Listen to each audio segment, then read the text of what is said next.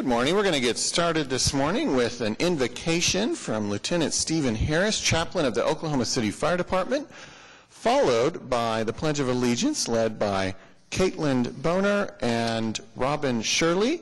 They are from Troop Girl Scouts of Western Oklahoma, Troops 70 and 4020, respectively.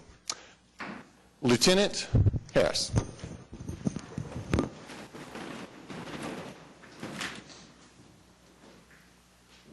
Let us pray. Lord, we give thanks to you for the people here today that come to be a part of and the people that make the decisions for our city today. Lord, we thank you for the MAPS project that passed. Look forward to all the wonderful things that these people make decisions on and do for our city, that other people will come and enjoy our city as well. Lord, as we come right into this holiday season, let us show happiness and kindness to all the people around us as we go about our daily lives, Lord. And we pray that all people would know your love in their life. In your name we pray. Amen. Will you please join us in the Pledge of Allegiance? I pledge allegiance to the flag of the United States of America and to the republic for which it stands, one nation, under God, indivisible, with liberty and justice for all.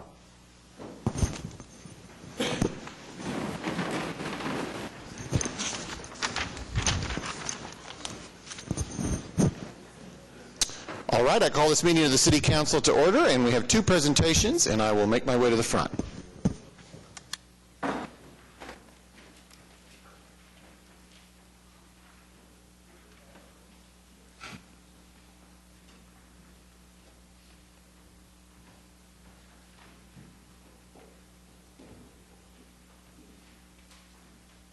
All right, why don't we bring up Shadana?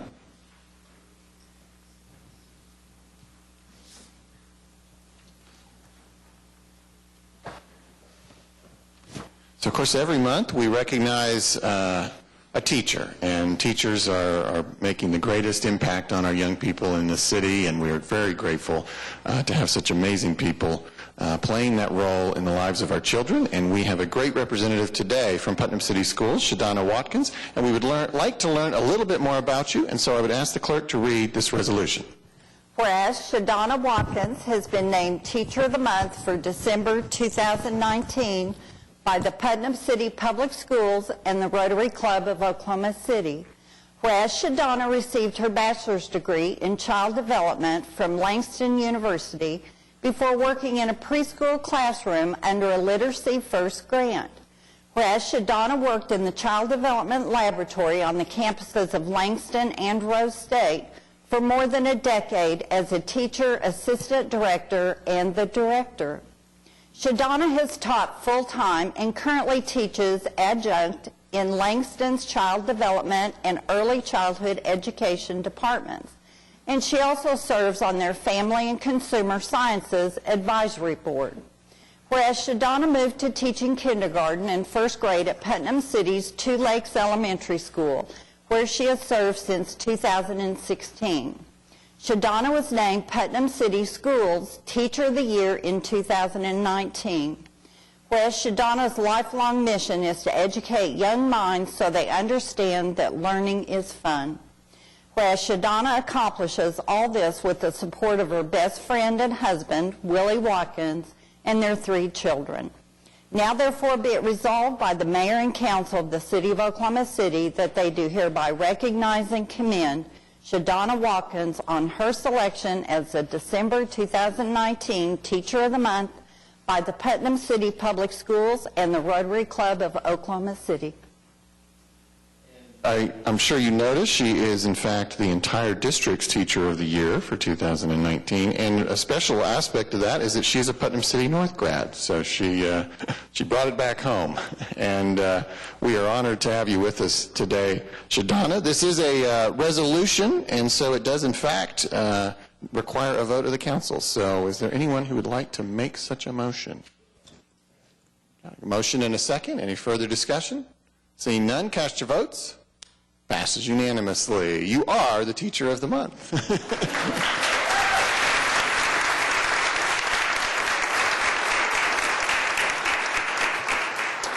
Would you like to say a few words, Shadana?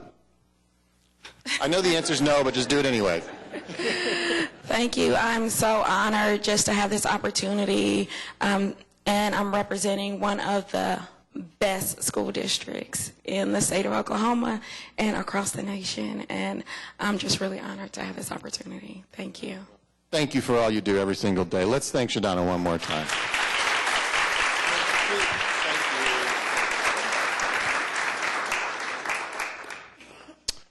Sergeant? Where'd he go? Oh. Now, you knew you were coming up here, but you sat in the back row anyways. You wanted a dramatic entrance. All right. Sergeant Swearingen, is that? That's correct. Pretty good? Pretty good? All right, very good. We are honored that you serve every day the people of Oklahoma City. We have the greatest city employees in the country, and we love to recognize them every month. You are about to be, we believe, on the cusp of being the Employee of the Month, and we would like to learn a little bit more about you, and so I ask the clerk to read this resolution. Whereas Sergeant Raymond Swearingen has been a city employee for 16 years and is the police department's derelict vehicle enforcement officer. Whereas Sergeant Swearingen investigates all derelict vehicle concerns reported throughout the city, often finding stolen vehicles which can be identified and returned to the owners. Throughout his career, Sergeant Swearingen has responded to more than 9,300 calls and tagged over 4,700 vehicles as derelict, often resulting in residents contacting the Action Center to express their satisfaction with his responsiveness. Whereas, in 2019, Sergeant Swearingen has responded to more than 3,300 calls, tagging 1,780 vehicles, impounding 81, and he issued 604 citations. Sergeant Swearingen has shown the highest level of customer service throughout his career, working closely with the Action Center manager to de-escalate neighborhood issues. Sergeant Swearingen also addresses residents' concerns with kindness and professionalism, often going out of his way to help anyone at any time. Whereas Sergeant Swearingen has received multiple letters of appreciation from residents, organizations, and other governmental entities for his professionalism and attention to detail. Whereas this council desires to recognize Sergeant Raymond Swearingen for his dedication, professionalism, and commitment to the residents of the city of Oklahoma City. Now therefore be it resolved by the mayor and council of the city of Oklahoma City that they do hereby thank and commend Sergeant Swearingen, December 2019, South Oklahoma City Kiwanis Club Employee of the Month. All right, thank you. Now, Sergeant Swearingen lives in southwest Oklahoma City. I believe he is your constituent, Councilman McAtee. You think that's right? Yes. All right. Would you like to make the motion? Got a motion and a second. Any further discussion? Seeing none, cast your votes. Passes unanimously. You are the Employee of the Month.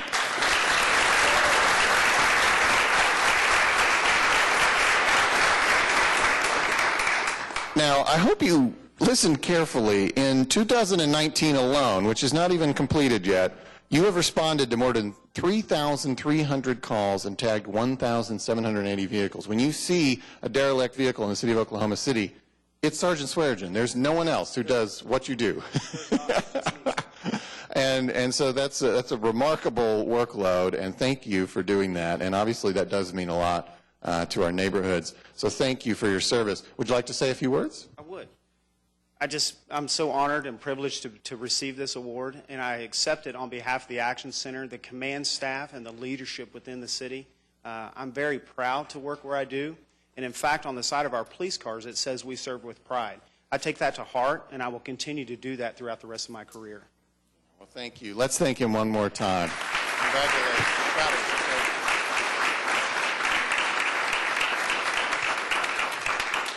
I'll make my way to my seat.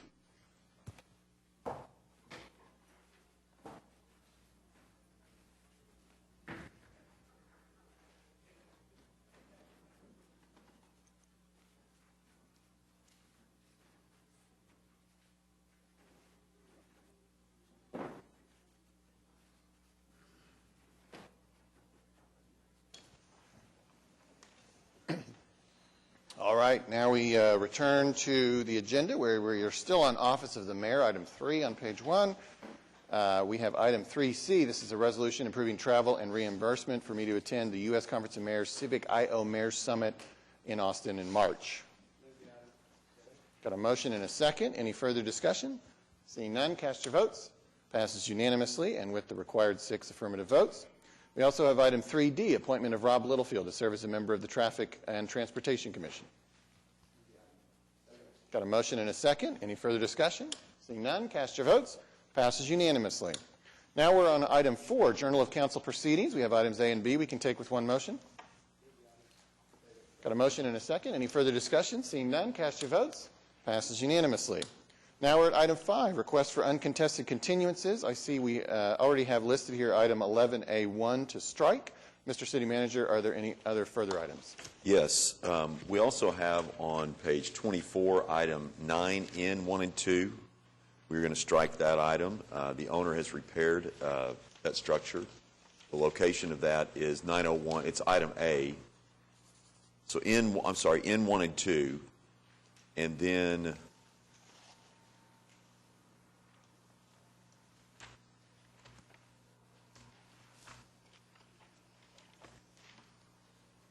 I'm sorry. Yes.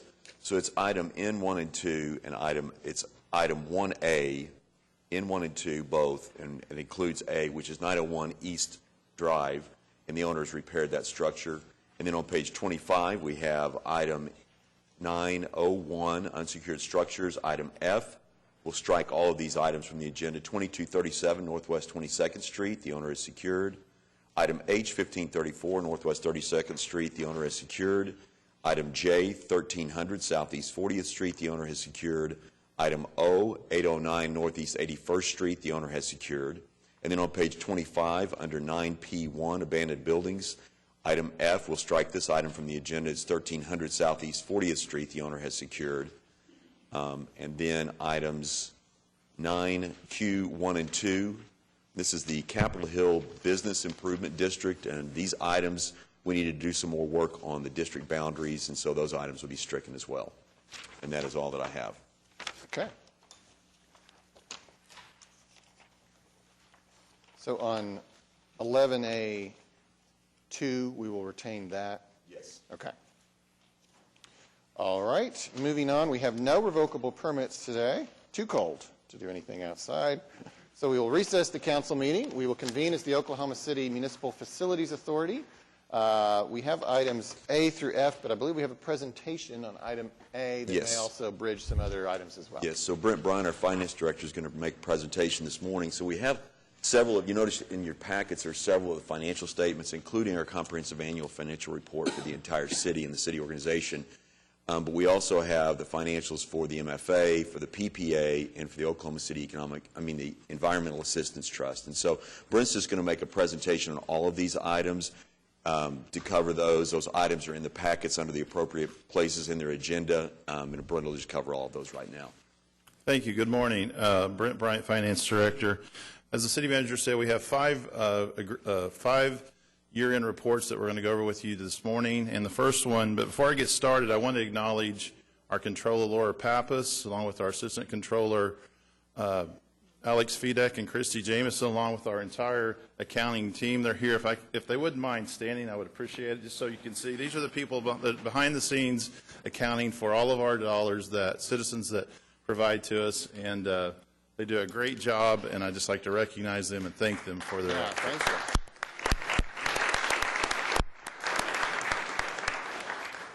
All right. Before we get started, before I start going through the report, there are certain terms that I wanted just to go over with each one of you that you'll see in these reports.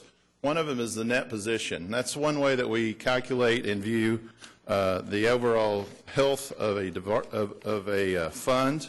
One is the major indicator of the financial health of an organization. Net position is defined by all your assets and resources that are available, less all liabilities and obligations. You're going to hear me say that time and time again as I go through this presentation about what's the net position. The other one is GAAP basis. That's when you accrue things when they're earned or when they're incurred whether it's a revenue or expenditure, and then there's the budgetary basis of accounting, which is my preferred because you count cash when you receive it, you count it as an expense when you actually write the check. And so those are just kind of some of the terms that we use as we go through this. The Oklahoma City Municipal Facilities Authority is the first one. We use this fund primarily for our health insurance and our workers' comp. In addition, we use it for our property and liability insurance along with our nuisance abatement, and we use it for long-term contracts for our IT department. In addition to that, we use it, this is where we put money for advanced A&E for general obligation bonds, where we'll advance the funds and we'll go out and start the advancing of the A&E, so when we actually issue the GO bonds, the plans and specs are ready, with the idea that we can get those projects completed in a more timely manner. They ended the year at a net increased position of $36.7 million, which was a net increase of 34.4, and this costs remain relatively flat, even though there were charges increased. The charges increased. The Oklahoma City Public Property Authority is a entity that we utilize to operate our 5 golf courses, the Oklahoma City Fairgrounds, along with the convention center, the current convention center, and it will also include in the future the new one, the Chesapeake Arena and other city buildings. We also account for our business improvement districts. We have 5 of them right now. I won't name them all, but right there they are. Overall, the net position is $62.7 million, which is a decrease of $2.7 million over the last year, and primarily it had to do with capital assets, the Civic Center operations being contracted out, and capital assets depreciation. In addition to that, the golf courses are included in the Oklahoma City Public Property Authority. They had a net position of $4.8 million, which is an improvement of about $700,000.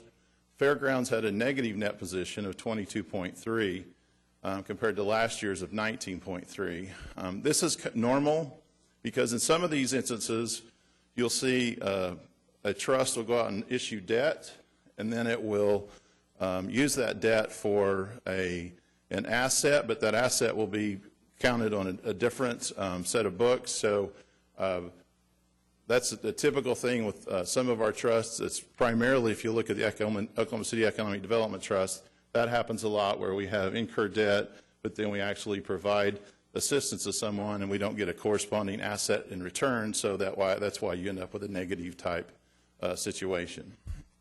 The Oklahoma City Environmental Assistance Trust provides resources for the operation, the collection, and disposal. It ended the year with a $9.2 million increase at $61.8 million.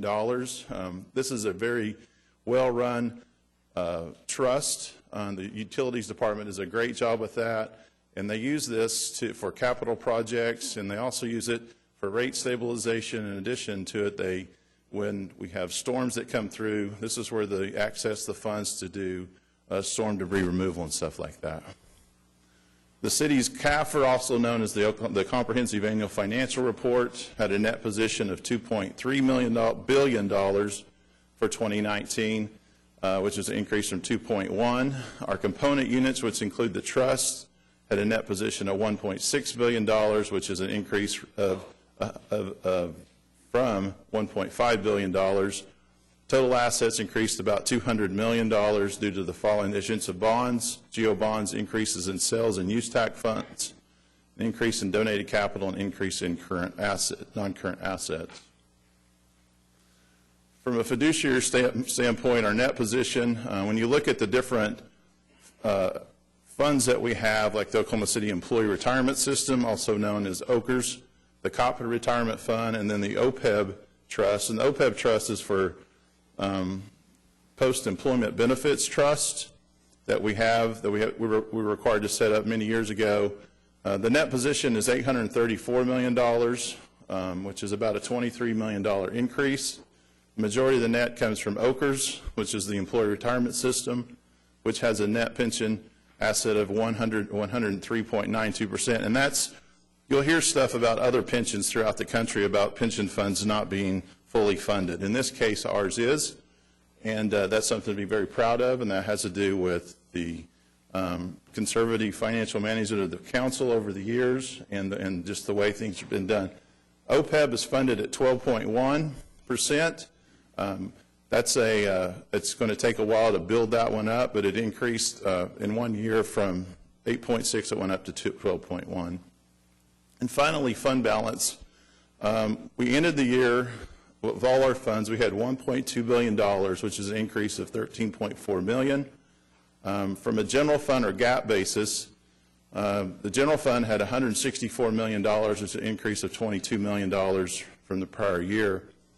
But from a cash basis standpoint or budgetary basis, the general fund ended the year at $102.6 million, which reflects a 21.3% of the city's general fund budget for this fiscal year, this is one thing that the rating agencies look very heavily upon when they're evaluating our ratings, and this is a very strong, when we look at, we did a comparison of how other cities do, and like the city of Tulsa, I think they were around 15%, and we're at 21%. We do very well here, and that's a testament of, again, to council and their conservative management of the city. The single audit, this is where our AGH, our external auditors, look at all of our federal and state grants that we received for the year. The state assistance that we received this year was right at $1 million, where the federal government provided us about $49 million. We had no material findings, and it's for our 4th consecutive year. We are considered a low-risk auditee by our external auditors, and so we've been that for the last 4 years, and as a result of that, we have a low-risk status, reduces the percentage of grants that are required to be audited, which results in a savings to the city. So, again, I'd like to again, thank the accountants that we have here that have worked extremely hard for the last 4 months. They take a lot of work and cram it in for about a 4-month period when the fiscal year ends, and can't thank them enough, and be happy to answer any questions. Go ahead. Thank you. Hey, Brent, so not for the purposes of this audit report, but when you come before us in a few months to do the budget for the 20-year end, on the Oklahoma City Public Property Authority, can you provide us with a breakdown of the revenue and expenses of the culture and recreational services? Sure. So, you know, this year we saw a decline in revenue of $4 million, and a loss grew from $10 million to $13 million. So could you just give us a breakdown? Yes, I'll be happy to get you a breakdown on back that. with the budget. Thank you. Any other questions for Brent? Comments? Okay. All right, Thank you to you and your team. Appreciate it. All right, so that means we have all the items under OCMFA, items A through F, we could take with one motion. Got a motion and a second. Any further discussion? Seeing none, cast your votes. Passes unanimously.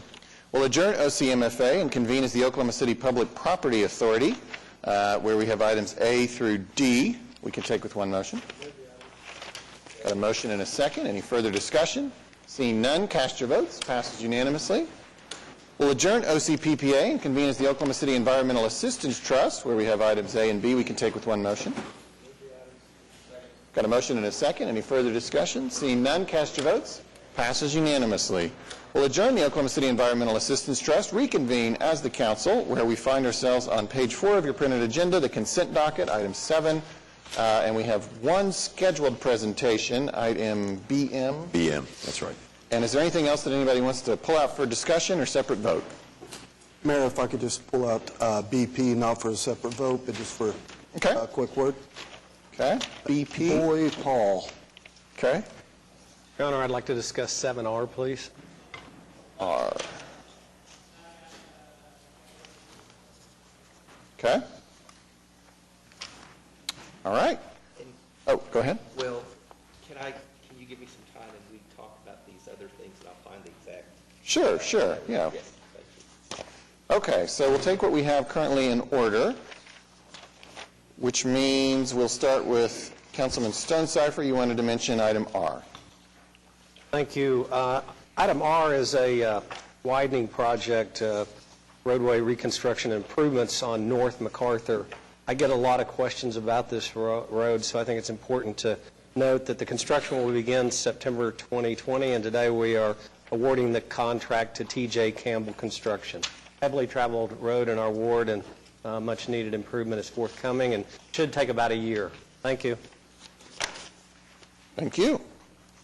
Let's see, as we move through, I'll draw your attention to item AU, which is accepting the election results from the 1% tax passed last week that will fund the MAPS 4 program, and certainly a great opportunity to compliment and thank the staff for all the vetting and thoughtful work that was done over the spring and summer to bring us to this point, and of course now the real work begins. So, but thank you to the people of Oklahoma City, and congratulations to everyone. I would also want to mention AV. Just anytime I see philanthropy on the agenda, I always want to acknowledge it if I don't forget. And so certainly a thank you to Inasmuch Foundation for the donation of the restoration and renovation of some of our centennial clocks. And then we'd already heard a presentation on BA.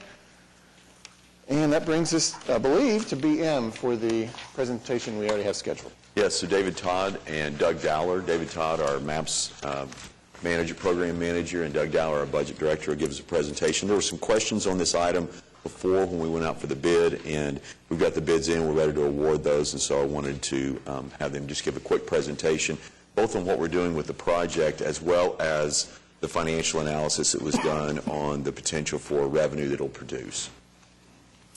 Hi, David Todd, MAPS Program Manager. As City Manager Freeman just said, we're here to talk about the surf machine that will be in the boathouse area that is part of the MAP. So if you remember, there was some additional monies that were allocated towards things at the Boathouse Foundation. We had an estimated cost that was created by the architect in our office, and we had $1.45 million. The low bid ends up being $1.965. That is a little more than what we had as our estimate, but you know, discussing that among ourselves, we think it's still a reasonable cost, and you can also see that the other bid that the other responsive bid that we received was more than that. So we have confidence that it's not an outlier, and because of this over budget per se, what we will do is we will scale some other things back further in the program per se. The additional items that we were going to do, some of those will be scaled back a little bit to make up for this, so that we stay within that new budget that we have. We did, as I said, receive other bids. The Pacific Surf Designs bid was unresponsive. We didn't have affidavits and bonds. It really wasn't responsive to the advertisement itself, in that they just bid the cost of the machine. They didn't bid the foundation. They didn't bid the electrical and the water. They were just trying to get out there and try and sell their machine, and it was misguided on their part. So we're confident with the number that we have.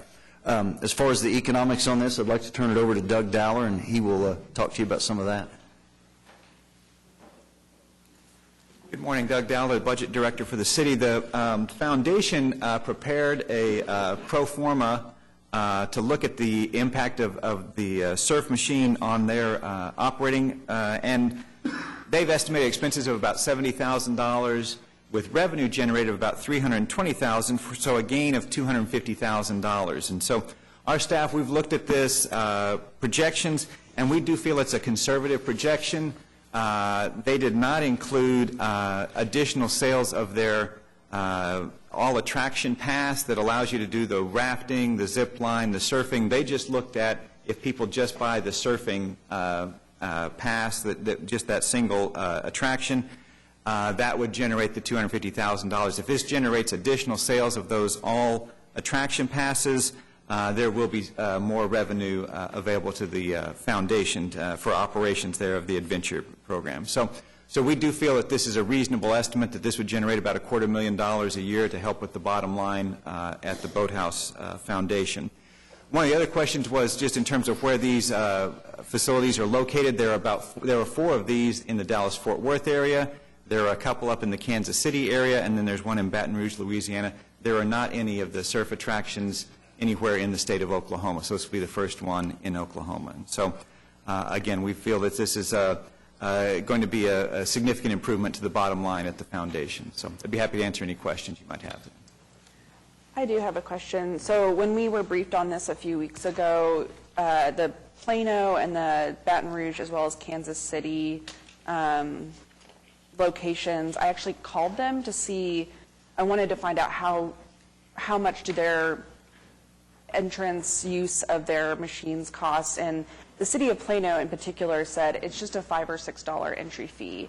So I was curious, especially if, I guess, the operations, and I understand that any additional revenue would then help other operations of the Boathouse Foundation, but I'm very curious if there's a way for us to get to that $5 to $6 price range, because to me, $19 a rider, and I know that's a day, but so is the $5 or $6. Was the $5 or $6, and I just don't know the situation there, is that once you're in their park, you pay that, or is that the admission That's to the their entrance fee to their park. to do and you it? Okay. get to I'm not familiar with that situation. I'd have to look at that, and I don't know. Are they subsidized by the city to make that a cost? So I guess that would be a choice to make of how much the city wants That's to support something that. if we want to, because what we're trying to work on right now is work with the foundation as they're trying to improve their financial position, and that any reduction in cost there would be, I mean, you could get to the place where you're actually just making a very small amount of money, and our goal was to try to help put this whole package together that helps with the financial operations of the Whitewater facility. If we wanted to make a decision anywhere in there to offer some kind of discounted passes or something else, I think that would have to be a part of additional funding from the city that would help offset that, where they're trying to make sure that they're dealing within the market where they can sell a sufficient number. And so I think it's something that we would have to make a decision on at that time. Well, because again, almost $20 is a lot for a family, especially if you're not just one person. And again, I do understand that this revenue would offset another, I guess, in theory, city-owned facility, although I personally have very grave concerns about being able to trust the books of the Boathouse Foundation, given information that was shared with us about how they've withheld information from the city. But I want to see ways for us to support the operations of this specifically city-owned entities in the Boathouse district, so that low-income and middle-income families can actually afford to go there. Okay. I had a question about the, I know we reject bids sometimes. How do we decide on whether or not the bids come in too high to where we reject them, or where we still accept them even though they're above what we thought it was going to be? Well, part of that is that we received that second bid that was higher than that one, so that we're confident that both of them were in that same ballpark. We're confident that's probably the number that it ought to be.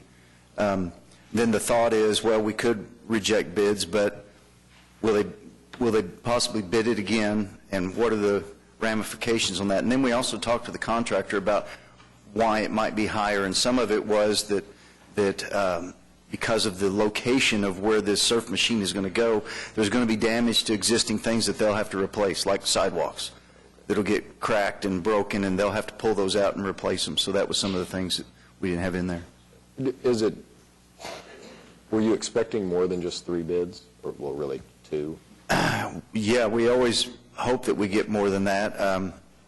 I'm glad when we get at least 2 so that we can compare them, but typically we like to get about 5. Yeah, right. But at the Boathouse, some of the projects are so unique, we're finding that a lot of contractors don't want to take that risk. Okay. And this is the contractor that built the original Whitewater facility, so he does have knowledge of everything that's out there. Okay, thanks.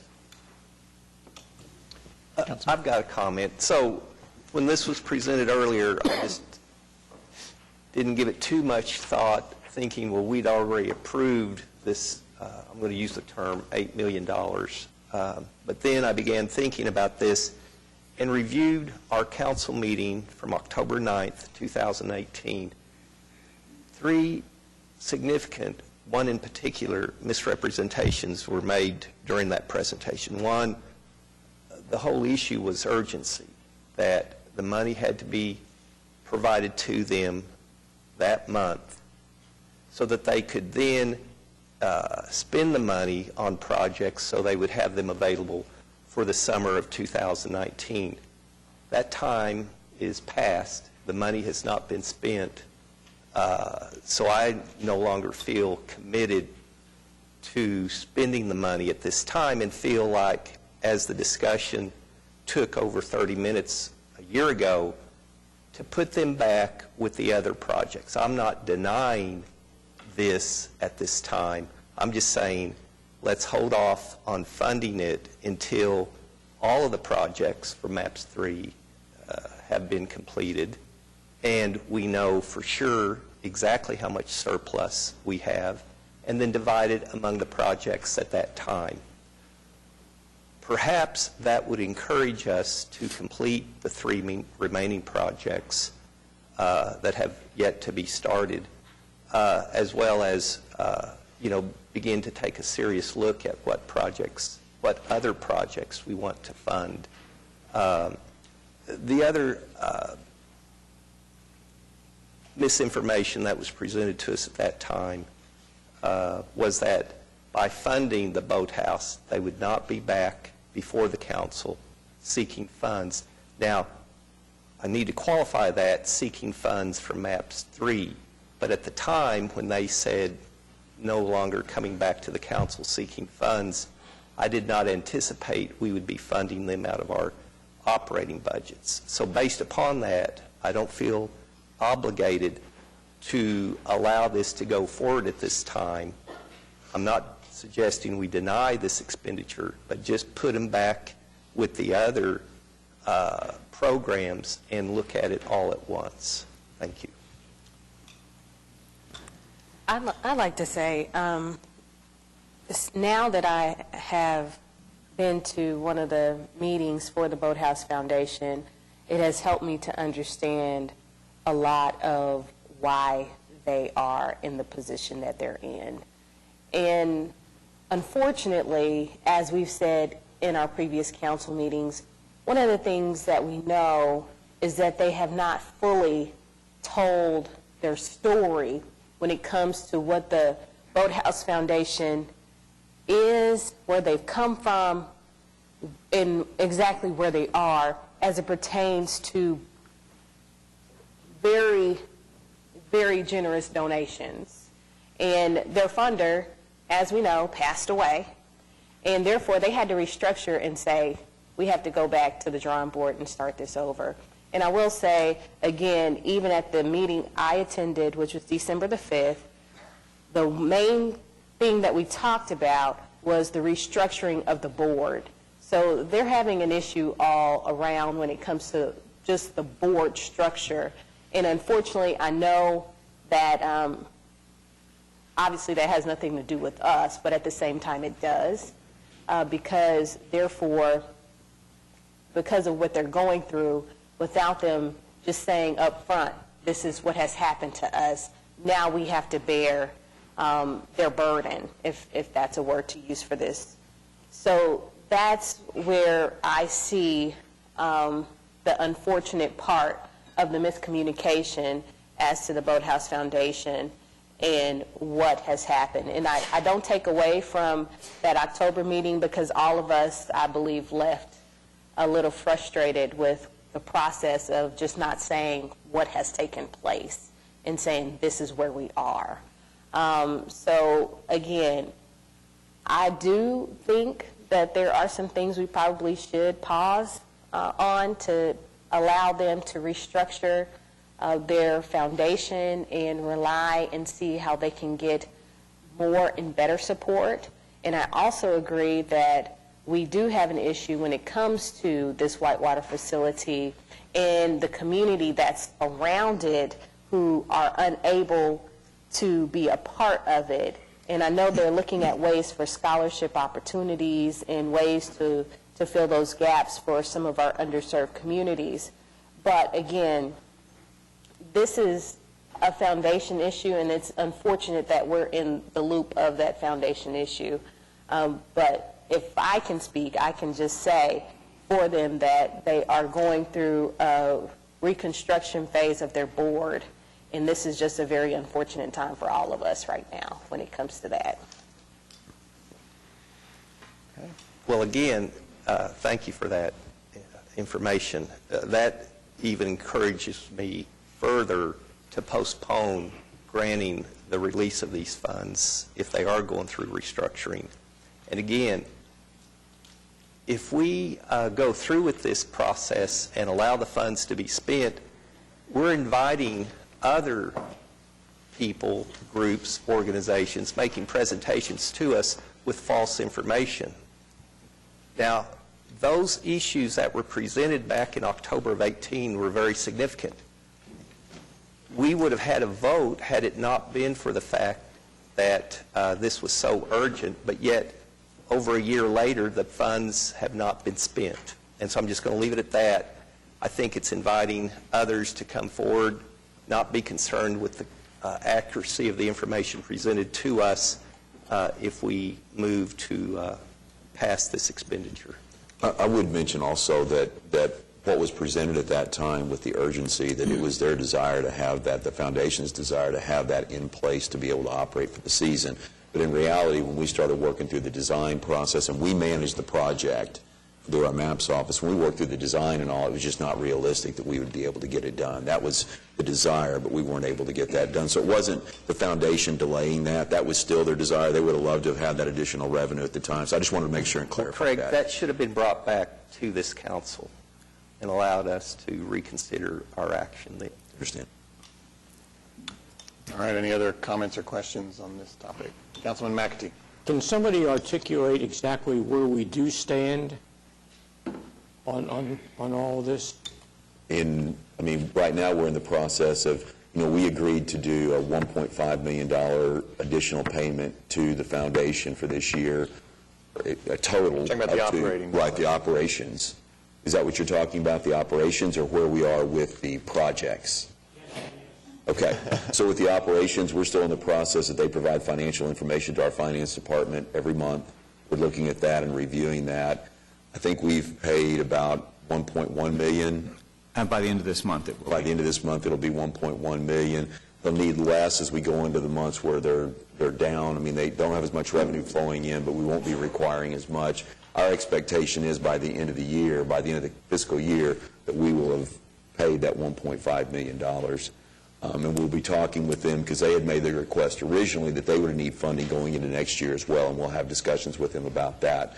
On the projects, David, can you give us an update on the capital, on the additional funding in the projects? I can. We have final plans in our office right now for that second floor build out that we've talked about, the second floor of the main building, building it into an event space, something that's usable, and then also the plans for a new zip line that goes across the Whitewater area. Those are in our office. We're reviewing those. Our plan is to have those to the subcommittee in January, and then it will come to this body to go out for bids for the second floor and for the zip line late January or early February, however that meeting falls after our subcommittee meetings. Then we continue to work on, once we get those bids, we'll work on the additional things that are listed, some water features and some of that kind of stuff with that additional money. Okay. Any other comments or questions on this topic? All right. Thank you, gentlemen. Oh, Your Honor. Yes. Can we vote on this issue separate from the others? Certainly. So you want to go ahead and handle that? We don't have a motion on the table. Would you like, in a sense, you're moving. Yeah. Someone else needs to move it. You probably don't want to move it because you're going to vote no. So, okay. So would someone like to move item BM?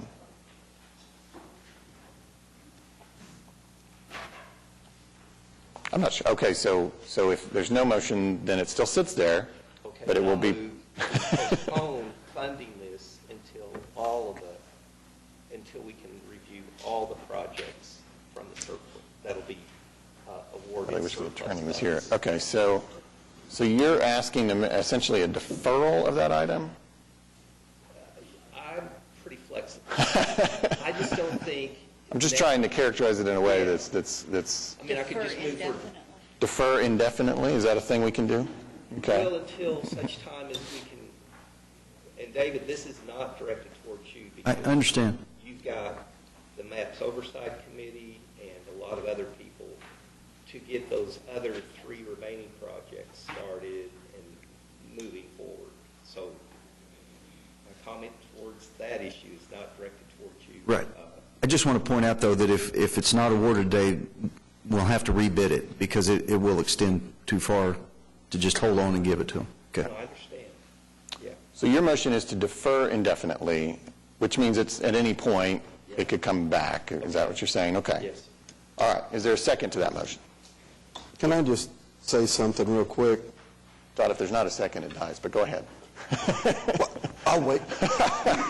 Is there a second to that motion to defer indefinitely? Okay, there's a second. Now comments. Thank you. I kind of agree with Councilman Greenwell, but more so I think on the other projects. The additional zip line, the additional water features.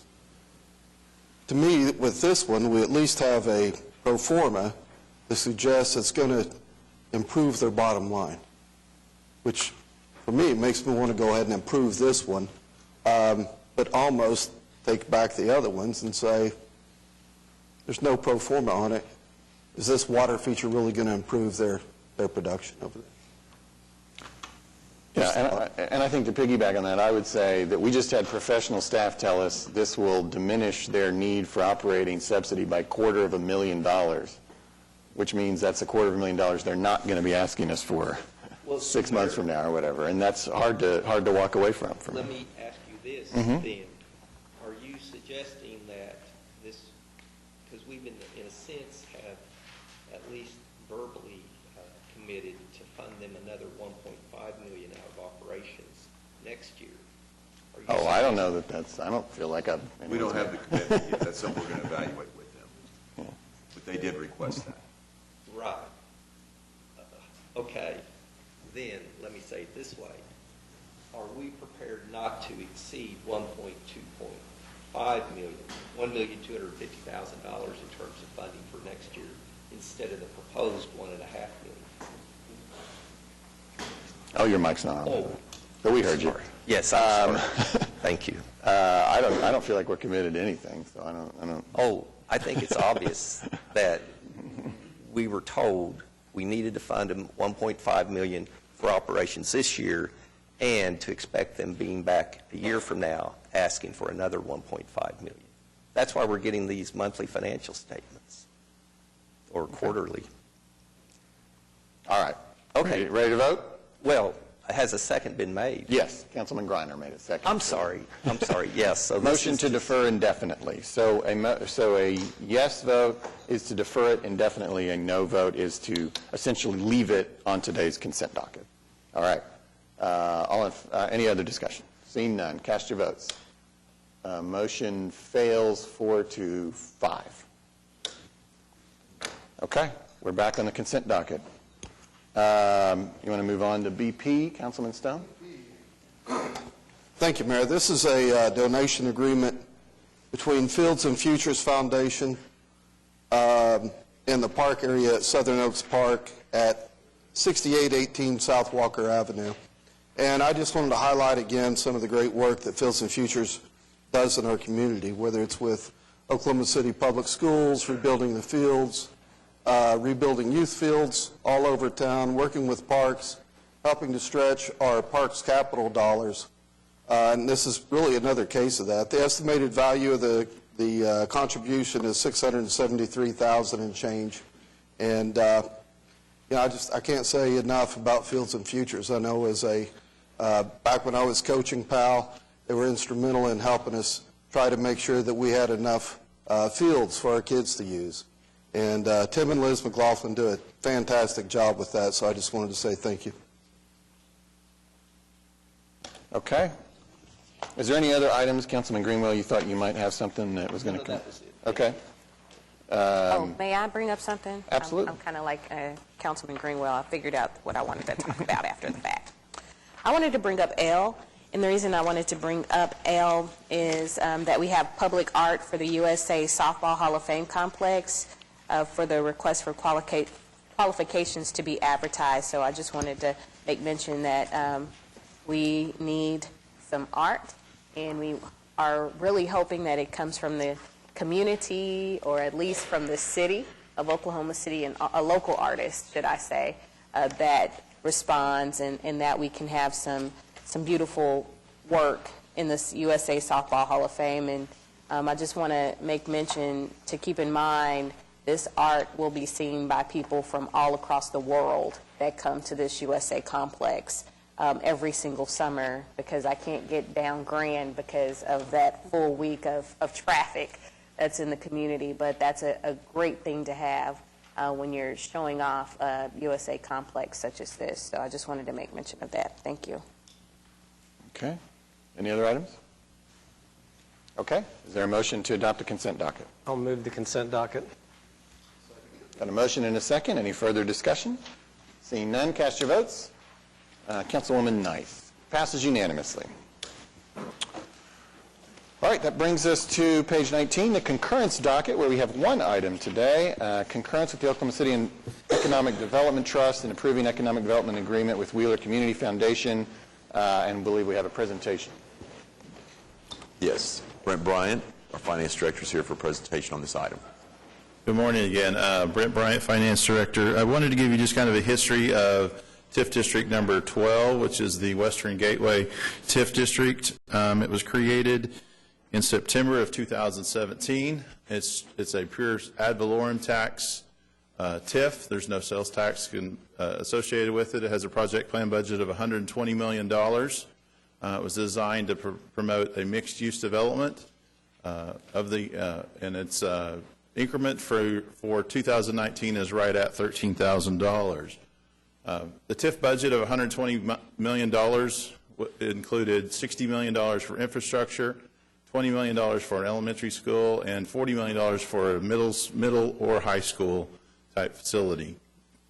The way the TIF funds are allocated, 75% of the increment that's generated goes towards infrastructure reimbursement, then 25% of it goes towards the elementary school until it reaches a cumulative amount of $20 million. Upon reaching the $20 million, 100% of the revenues will go towards repaying all of the infrastructure costs, and upon that time, then the balance of it, the 100%, will be earmarked for the middle or high school project. The Western Gateway Elementary School is planned to be a dual immersion school located at 1300 Southwest 15th. It's in the southwest quadrant of the project plan area for TIF District number 12. The Oklahoma City Public Schools has been working with the foundation, the Gateway Foundation, for the application. They approved it on August 12th, and they're still finalizing their terms for the charter school. This agreement before you today was with the Economic Development Trust and the foundation, the Wheeler Community Foundation. It sets out how the infrastructure will be reimbursed as they create gives them access to that $20 million worth of increment that's generated. The trust is not issuing any debt associated with this. We're simply a conduit, the way this TIF is structured. But I do want to point out they have not finalized their agreement with Oklahoma City Public School System. Section 3.1F of the Economic Development Agreement gives them a year to bring that executed contract to us. If they don't bring a contract to us within a year, then the Economic Development Trust can terminate without consequence. Process to date, the Economic Development Agreement was approved by... Brent, on that, yes, sir. That agreement, our understanding is that the school board and the developer have worked together on that, and they're just waiting on the school board coming out with their standard agreement that they're going to apply to all charter schools. Yes, sir, that's correct. We don't expect a delay on that. I'm not expecting any. Okay. Yes. The process, the Economic Development Agreement was approved in November, and then the next will be, as a process, in order for them to qualify for the reimbursement, there'll be a receipt of the charter school contract with OKCPS, and then they'll have an annual certification where they'll submit invoices to us documenting what they've actually spent. That's similar to the Economic Development Agreement we have in place for the infrastructure as relates to the housing and commercial part of the Wheeler TIF district. And with that, I'm happy to answer any questions. We rarely linger on the concurrence docket. It usually flies by, so it's probably worth noting that the concurrence docket is actually a place where we merely concur with the actions of others, and we actually, the votes we take here do not actually have a legal consequence. They are essentially just concurring, acknowledging that that happened. I suppose if we took a vote against an item ever on the concurrence docket, that sends some kind of message, but it is very different from the rest of our docket in that it does not actually matter whether we approve it or not. Any comments or questions for Brent on this item? Okay. Thank you, Brent. Well, we have the one item. Is there a motion? Got a motion and a second. Any further discussion? Seeing none, cast your votes. Passes unanimously. Moving on to item 9, items requiring separate votes. These are item A we'll begin with, ordinances on final hearing that were recommended for approval at the Planning Commission. Item 9A1 is at 6401 North Sooner Road, going from AA to C3. Councilwoman Nice. Yes, I do know the applicant is present. Has anyone signed up to speak? All right. With that, I'll move for approval. Got a motion and a second. Any further discussion? Seeing none, cast your votes. Passes you. Councilman Cooper, your passes unanimously. We are long past the consent docket. Moving on to item 9A2. This is at 2105 Southwest 55th Street, going from C3 to R4. Councilwoman Hammond. Yes, so my understanding is that the applicant is actually interested in sending this back to Planning Commission to continue working on it. I believe they're going to actually try to do a spud, so I guess I'm motioning to refer it to Planning Commission. Sounds good. Got a motion and a second. Any further discussion? Seeing none, cast your votes. Passes unanimously. 9A3, 1104 through 1106 Southeast 51st Street, going from C3 to I1. Councilman Stone. Thank you, Mayor. Francis, has anyone signed up to speak? This item falls in line with existing zoning in the area. It was approved unanimously by the Planning Commission.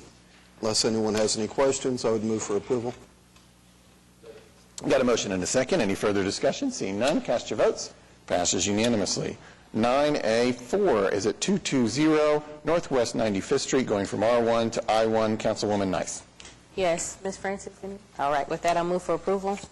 Second. Got a motion and a second. Any further discussion? Seeing none, cast your votes. Passes unanimously. 9A5 at 10900 North County Line Road, going from PUD 954 to PUD 1737. Councilman Stonecipher. Thank you, Your Honor. This is an ordinance on final hearing. It was unanimously approved by the Planning Commission. I'm not aware of any protests here today. If no one has any questions, I'd move the item. Got a motion and a second. Any further discussion? Seeing none, cast your votes. Passes unanimously.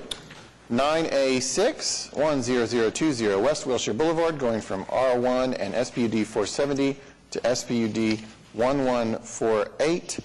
Councilman Greiner, and we do have someone available for questions, probably the applicant.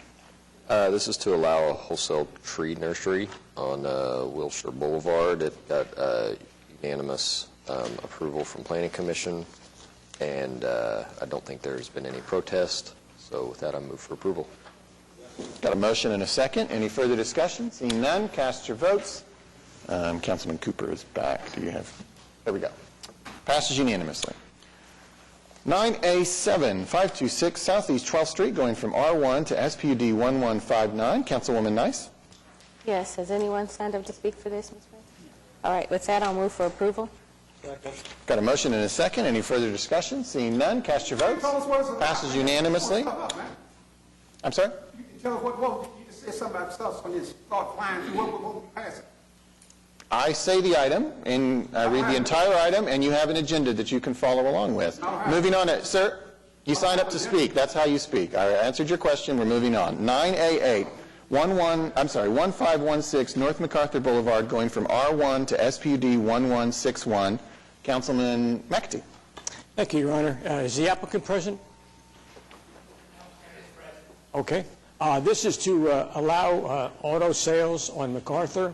It was unanimously passed by the Planning Commission. Has anybody signed up? Nobody has signed up, the applicant here, to answer questions. Unless there are some questions, I move for approval. Got a motion and a second. Any further discussion? Seeing none, cast your votes. Passes unanimously. 9B, ordinance on final hearing that was recommended for approval, closing a utility easement extending south from Southwest 11th Street west of South Mustang Road. Councilman McAtee. Yes, this is an ordinance that was also approved by the Planning Commission without any protest. Is the applicant present? Not seeing him, but unless there's some questions, I move for approval. All right, we've got a motion and a second. Any further discussion? Seeing none, cast your votes. Passes unanimously. Now we're at 9C. This is an ordinance on final hearing that was recommended for approval, closing portions of street rights-of-way east of North Santa Fe Avenue and south of Northwest 122nd. Councilwoman Nice. Yes, ma'am. Has anyone signed to speak? All right. I believe someone's here to answer questions. Okay, we have someone here to answer questions. Are there any questions? All right, with that, I move for approval. Is there a second? Motion and a second. Any further discussion? Seeing none, cast your votes. Passes unanimously. All right, we're at 9D, 1 and 2. This is the third of 3 meetings on this topic of adding exit to the list of areas not to be obstructed, and there is actually an amendment on today. Yes, Steve Kreis. Steve had made a presentation on the 19th, I think it was, of November. He had made a presentation on this. With the amendment that's been added to this, I wanted him to be able to explain what we're doing with the amendment. What's on final hearing today is the original amendment to the disorderly conduct ordinance, where we were adding sidewalk to the places you could not obstruct. We have to add another amendment to include right-of-way to those list of areas. That's all the amendment is for today. Okay, any questions? Seeing none, does somebody want to adopt the amendment? I move for the amendment. Got a motion and a second to amend the proposed ordinance. Any further discussion? Seeing none, cast your votes. Passes unanimously. And that brings us to item D2, which is the ordinance on final hearing, which we could potentially adopt today. Got a motion and a second. Any further discussion? Seeing none, cast your votes. Passes unanimously. 9E, 1 and 2 are related. 1 is the public hearing regarding the Adventure District Business Improvement District. 2 is the resolution adopting and confirming the assessment roll.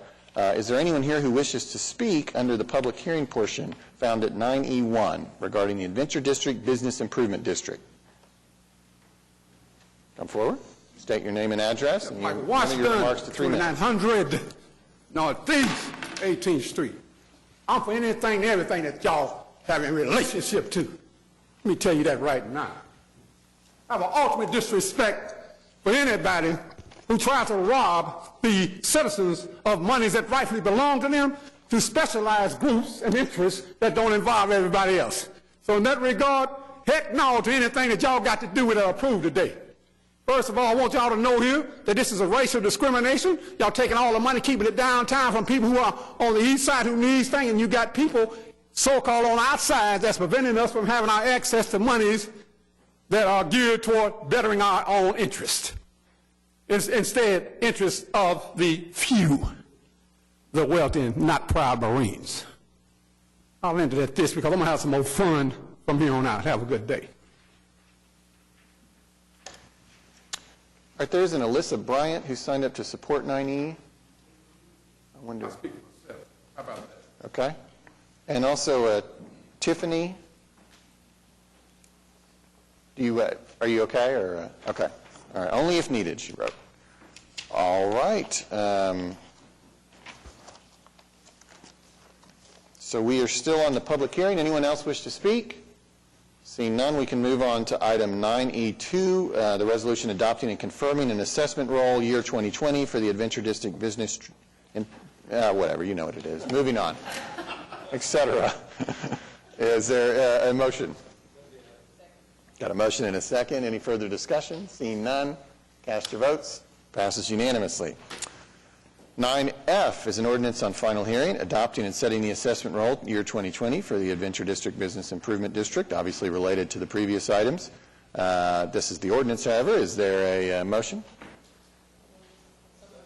Got a motion and a second. Any further discussion? Seeing none, cast your votes. Passes unanimously. 9G, 1 and 2 are related to each other, and I believe, is there something I need to say special? So all we need to do is just point out that's the second public hearing. Okay. This is okay. So this is the second public hearing regarding ordinance number 25081, approving and adopting the amended and restated Northeast Renaissance Redevelopment Project Plan. Is there anyone? Joanna McSpadden is our Economic Development Manager, and she was going to just give us an update on some changes within the project. Okay. Plan. I just wanted to make a quick note to inform you of a correction that we made. Good morning. I'm Joanna McSpadden with the Economic Development Program. Section 9A of the plan, we made a correction. In your original version, it referenced increment number 9, and if you remember, we split increment 9 into 3 separate increments, and Section 9A was actually intended to be the identification and definition of increment District C. And so we've made that correction in the version that you have, and we just wanted to note that here, and I'd be happy to answer questions if you've got them. Thanks. Okay. Is there anyone here who wishes to speak under this public hearing?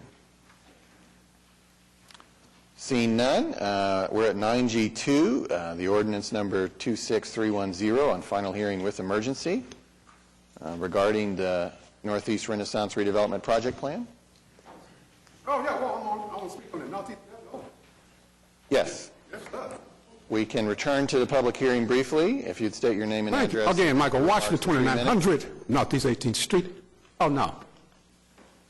This Northeast Renaissance District, we're still on that part, right? Northeast Renaissance? Yes. I am absolutely 100% opposed to it. Once again, it's all designed to help out this innovation district. You're adding more monies into this development for the purpose of making sure that developers from the outside can come into my black community and therein to promote their business and ventures and interests. Now then, this is something I spoke about, I told y'all about a couple of weeks ago, that I do not approve because you excluded my African-American community, and there will be a lawsuit filed on anybody who secretly and underhandedly intends to belittle or disregard my right as a citizen here in the Western Hemisphere of America.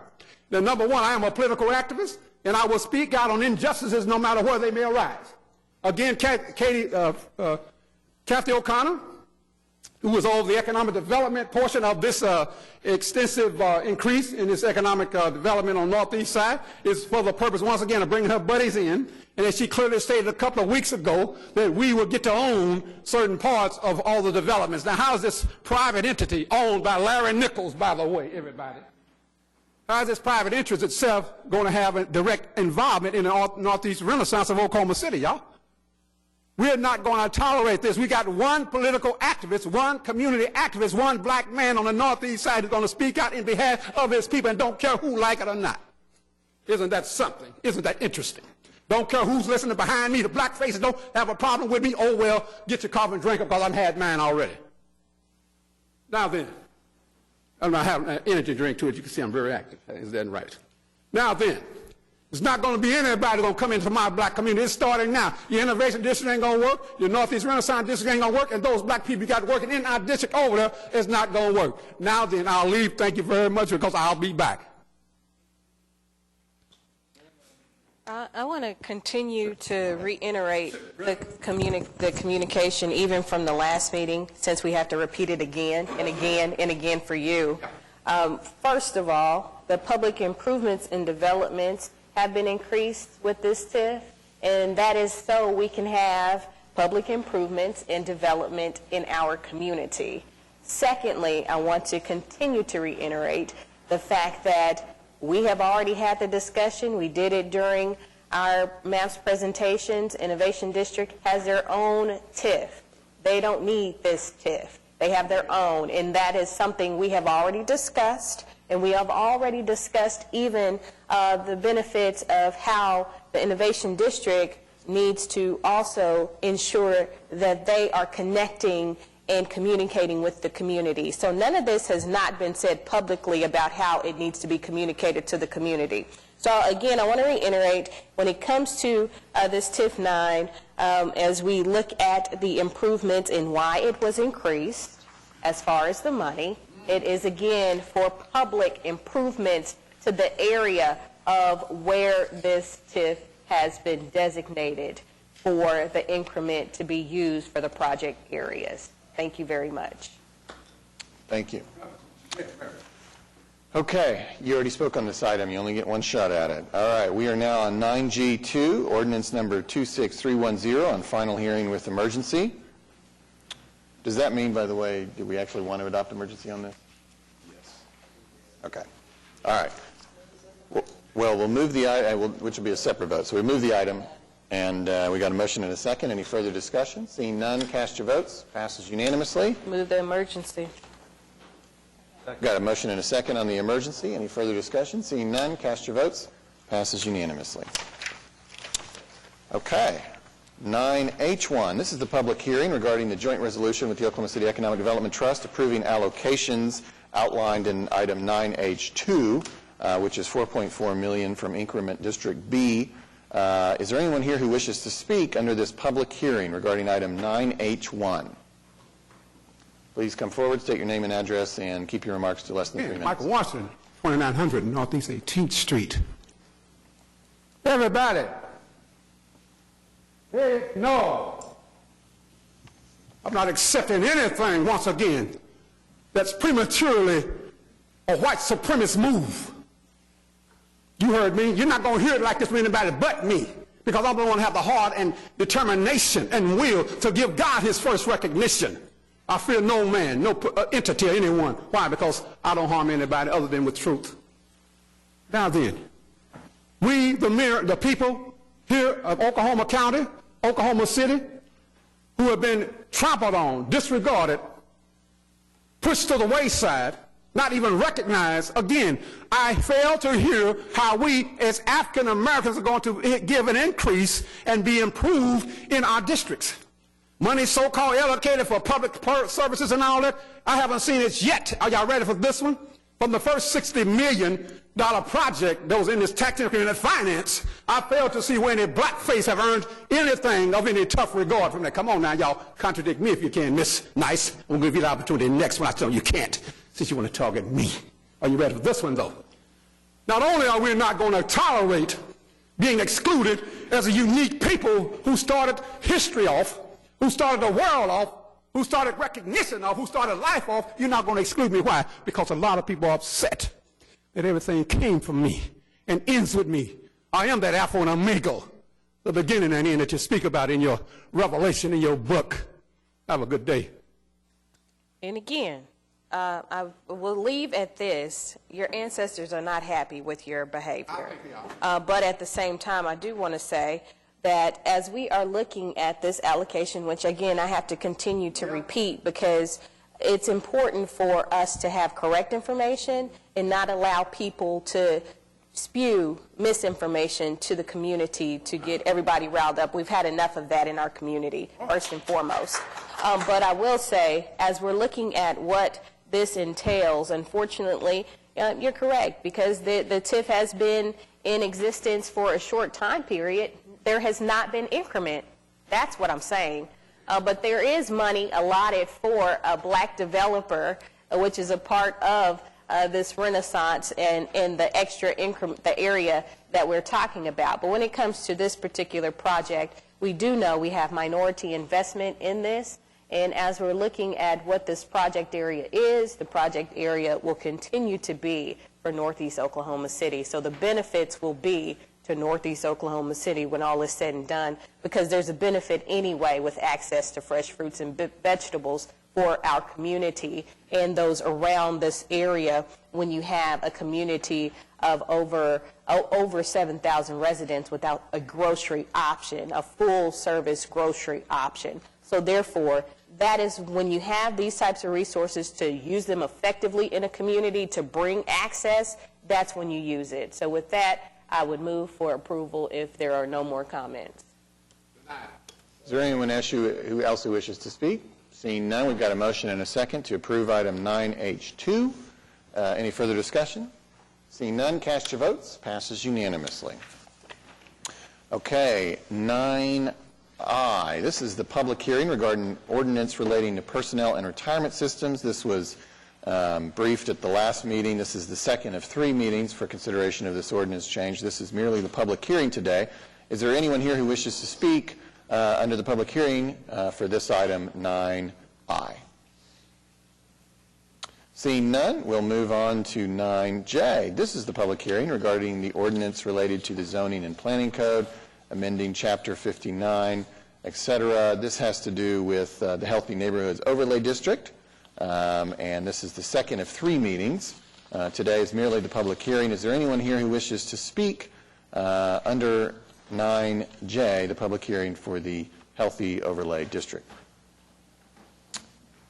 Seeing none, we will move on to 9K. These are ordinances to be introduced, set for public hearing on January 7th, 2020, and final hearing January 21st. And I believe we have a presentation to explain them. Yes, Eric Winger is going to be making a presentation. I'm not seeing him in the room yet, so if you want to move to the next item, maybe we can come back to that. Oh, here he is. All right, Eric's going to give us an update on this and just an overview of what we're doing with these changes.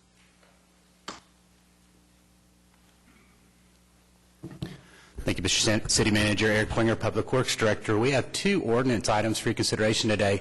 Both of these are in our traffic ordinances. So the first one's 32-33. The second one is 32-237. The way the ordinances are currently written is it authorizes the city manager to make emergency changes. What we're asking today is that that be extended to the Director of Public Works and the city engineer. The project that I would tell you that we've done this on before would be like the Boulevard. Excuse me. When we open up and we've got some special signage conditions or we've got some different things that need to be addressed immediately, but we don't have time to go to the Traffic Commission, we need to go ahead and make those changes and then take them to the take those to the Traffic Commission later. So this first one would make that change to the Director of Public Works and the city engineer myself to be able to make those changes. I ran in here so fast. The second item is actually the ability to make changes to time-limited changes, also in the ordinance, which are typically under the purview of the Traffic Commission. Each year when we open up for schools each fall, we find that a lot of the school zone time changes are needing to be changed very quickly, sometimes not in time for us to go to the Traffic Commission. So with your authorization today on 32-237, which is K2, we would also extend that opportunity to the city engineer, Director of Public Works, to make those changes, Reading, schools, or any other types of time-restricted changes that need to be made. So it's not applying new time restrictions, but changing those time restrictions to different hours. So adjusting for school schedules or other items like that. But with that, I can answer any questions you might have on either item. Can you give us an example of the 3233 of what an emergency? So just this past summer, when the Boulevard had actually opened, we found that there were instances where we needed to add the stop signs at Klein Avenue. Normally, a stop sign requires a Traffic Commission approval. We actually approached the city manager. It's already authorized that the city manager can make that change. Craig approved that, and so that went into effect. This change would allow the Director of Public Works to make the change without having to approach the city manager. So clearly, we're going to operate under the purview of Public Works and make sure that we're making traffic safe. Other instances could be when we have emergencies for, say, a downed signal poles or different things like that where we need to affect change. Perhaps maybe we even on an emergency need to affect one-way traffic in certain conditions and things like that. But these items are all ratified by the Traffic Commission. It just allows the director and the department to go ahead and make that change today if necessary and then ratify it at the next available meeting. Any other comments or questions for Eric? So this is just an introduction today, so it's an ordinance change. We'll be coming back for a public hearing and then for a final. So this won't be the last time that we have this item today. It's just the introduction. All right. Thank you, Eric. Thank you. Would someone like to move for introduction? Got a motion and a second. Any further discussion? Seeing none, cast your votes. Passes unanimously, and the ordinances at K1 and 2 are introduced for consideration. Okay. Moving on to 9L, this is ordinance number 26345 to be introduced and adopted with the emergency. This creates the use tax that follows upon the sales tax that was approved by the voters on December 10th. Yes, this does exactly what you just said, and basically the state law allows us to set the use tax rate at the same rate as our sales tax rate. This would allow it to go into effect, give us enough time that we give the notice to the tax commission so that it goes into effect April 1st at the same time the MAPS 3 use tax does.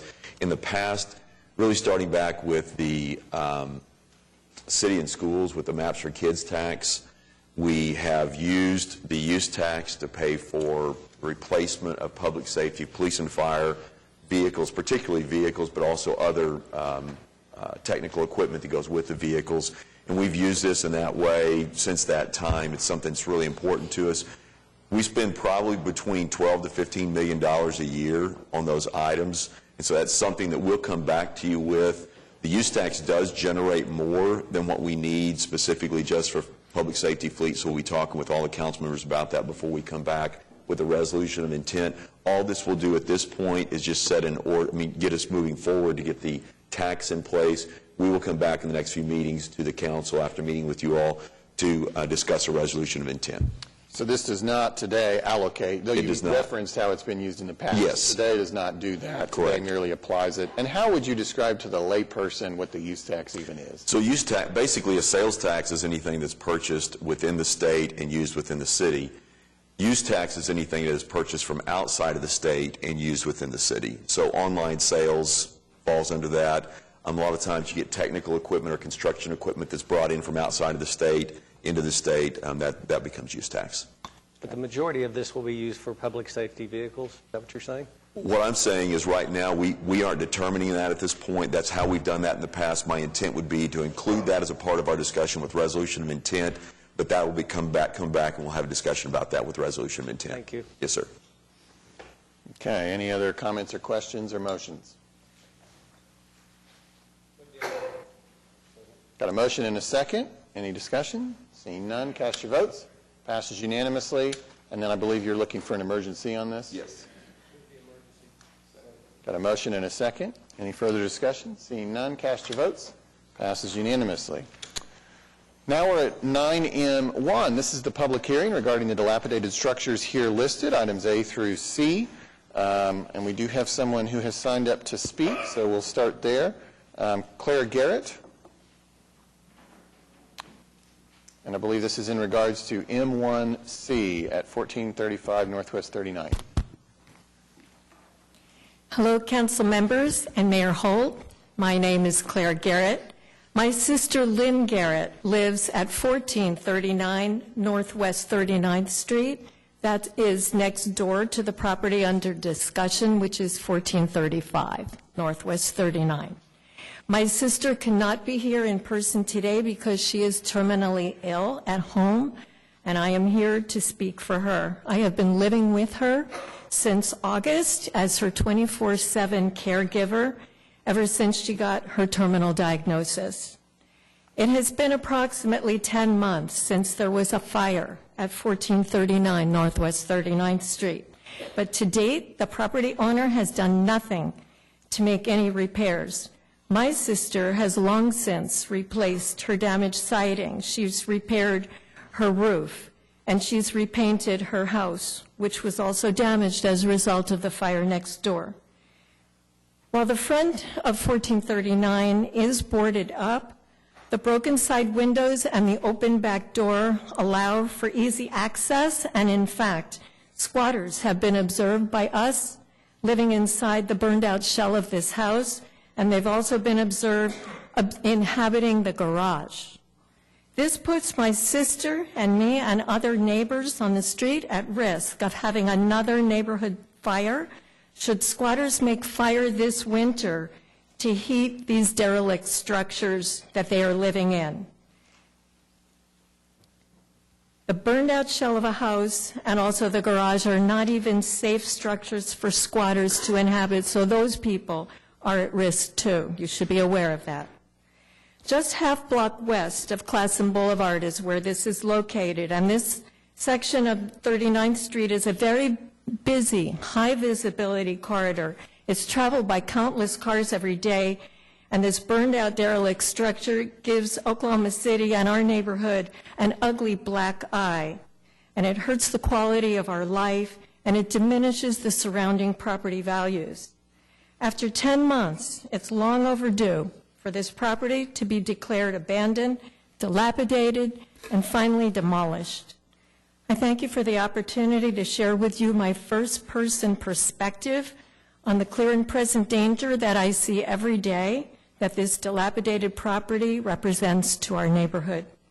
Please do the right thing today and vote to declare both the house and the garage. The garage is not on your attachment in today's agenda, but the squatters are primarily living in the garage and having fires to keep warm there. And so please declare it today, and then please take all legal steps available to the city to have it finally demolished. I thank you so much for this opportunity to address you today. Thank you. What of that comment about the garage? Chad Davidson, Code Enforcement Superintendent. Garage is unsecured at this time. We're going to get an inspector out in the next day or so to take care of that and bring it before you guys. Try to get it on the next agenda. Okay. Can you talk about why it takes, say, 10 months for it to get to this point? Well, this house in particular has a fire restoration permit. So I think the owners initially intended to fix the home. They received it in June, but hasn't proceeded past this point. Usually we're just here to answer a call once we get that initial notification through the Action Center. Okay. Okay. Thank you. Thank you. Does anyone else wish to speak under this public hearing regarding the dilapidated structures here listed? Okay, come forward. 2900 Northeast 18th Street. Y'all know what? I feel calm that you got that energy out in my system. Ma'am, very eloquent, very interesting and important, sir. If these people have had 10 months to correct such a threat to the overall community and citizens who may pass through there, who may not live in the community, I cannot say per se what steps you need to take, but I believe if it's the interest of that community, then you should have their community interest at heart. So again, I'm a very compassionate person, and I certainly would be afraid of squatters, not just think that they're dangerous or anything, but the fact that they could cause unnecessary fire or what have you. In a place like that will bring down property value. So yes, ma'am, great attention you brought to us. Thank you. Okay. Any other people wish to speak under the public hearing? All right. Seeing none, I'd entertain a motion to adopt the resolution found at 9M2 declaring that the structures are dilapidated. Got a motion and a second. Any further discussion? Seeing none, cast your votes.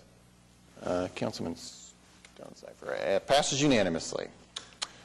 All right. Item 9N1 and 2 was previously stricken, which brings us to 901. This is the public hearing regarding the unsecured structures here listed, except for the ones that were struck at the beginning of the meeting. Is there anyone here who wishes to speak under this public hearing? Seeing none, I'll entertain a motion to adopt the resolution found at 902 declaring that the structures are unsecured. Got a motion and a second. Any further discussion? Seeing none, cast your votes. Passes unanimously. 9P1 is a public hearing regarding the abandoned buildings here listed, except for the one that was stricken at the beginning of the meeting. Is there anyone here who wishes to speak under this public hearing? Come forward. 3221 North Youngs. What is that? Is that on the northeast side? Let's see what's up with that one. Lord have mercy, I've seen enough. Yeah, okay. Is there anyone else who wishes to speak under this public hearing? Seeing none, I'd entertain a motion to adopt the resolution found at 9P2 declaring that the buildings are abandoned. Got a motion and a second. Any further discussion? Seeing none, cast your votes. Passes unanimously. Okay, 9Q1 and 2 was previously stricken at the beginning of the meeting, which brings us to 9R. This is a resolution repealing and replacing prior resolution adopted on September 24th, 2019, declaring the need for the adoption of the International Residential Code for 1- and 2-family dwellings, etc. And I believe we have a presentation. Yes, Bob Tiener, our Development Services Director, will give us an update on what we're doing with this resolution. In September, we asked the council to adopt the 2015 International Residential Code. Subsequent to that, we found that we omitted the local amendments from the state. So this resolution will replace that original resolution and bring us in conformance with the state. I can answer any questions. Any questions or comments for Bob? Got a motion and a second for the resolution. Any further discussion? Seeing none, cast your votes. Passes unanimously. 9S is a collective bargaining agreement with AFSCME. Got a motion and a second. Certainly compliment the staff for completing the trifecta now with all of our collective bargaining agreements for the year. Any further discussion? Seeing none, cast your votes. Passes unanimously. 9T, resolution approving revisions to Police Policy 554, use of force, which was previously presented at a meeting. This is the resolution. Does the Chief wish to say something? Yes, so the Chief will make presentation on this just to give us an update. The Council approves the policies that the Police Department follows, and we bring them back periodically for update. Police Department's been reviewing this particular policy in their own internal review, as well as working with CALEA, which is an accrediting agency, and so the Chief will give us a presentation on what's being changed. All right, thank you. Good morning. Wade Gorley, Chief of Police. First off, I'd like to recognize my command staff that's here today. There's a lot that goes into these policies, as well as Executive Officer Josh Minner, that goes into not only the implementation, but the review process in determining how we identify issues with our policies and update them. And then also, too, they're largely responsible for making sure the policies are followed out in the different operations around the police department. So I want to give them a lot of credit and appreciation for them being here today as well. So Policy 554, basically this has been a work in progress for about a little over a year or so. And the thing about all of these policies, the police department is constantly reviewing, revising, creating written directives, and the process can be initiated by any number of ways to include a particular incident, an annual review, a change in law. An officer at any level can also submit a request. It's something they see as well. Proposed changes are reviewed by a department committee, provided to employee bargaining units for comment, and reviewed by the Chief of Police for final approval.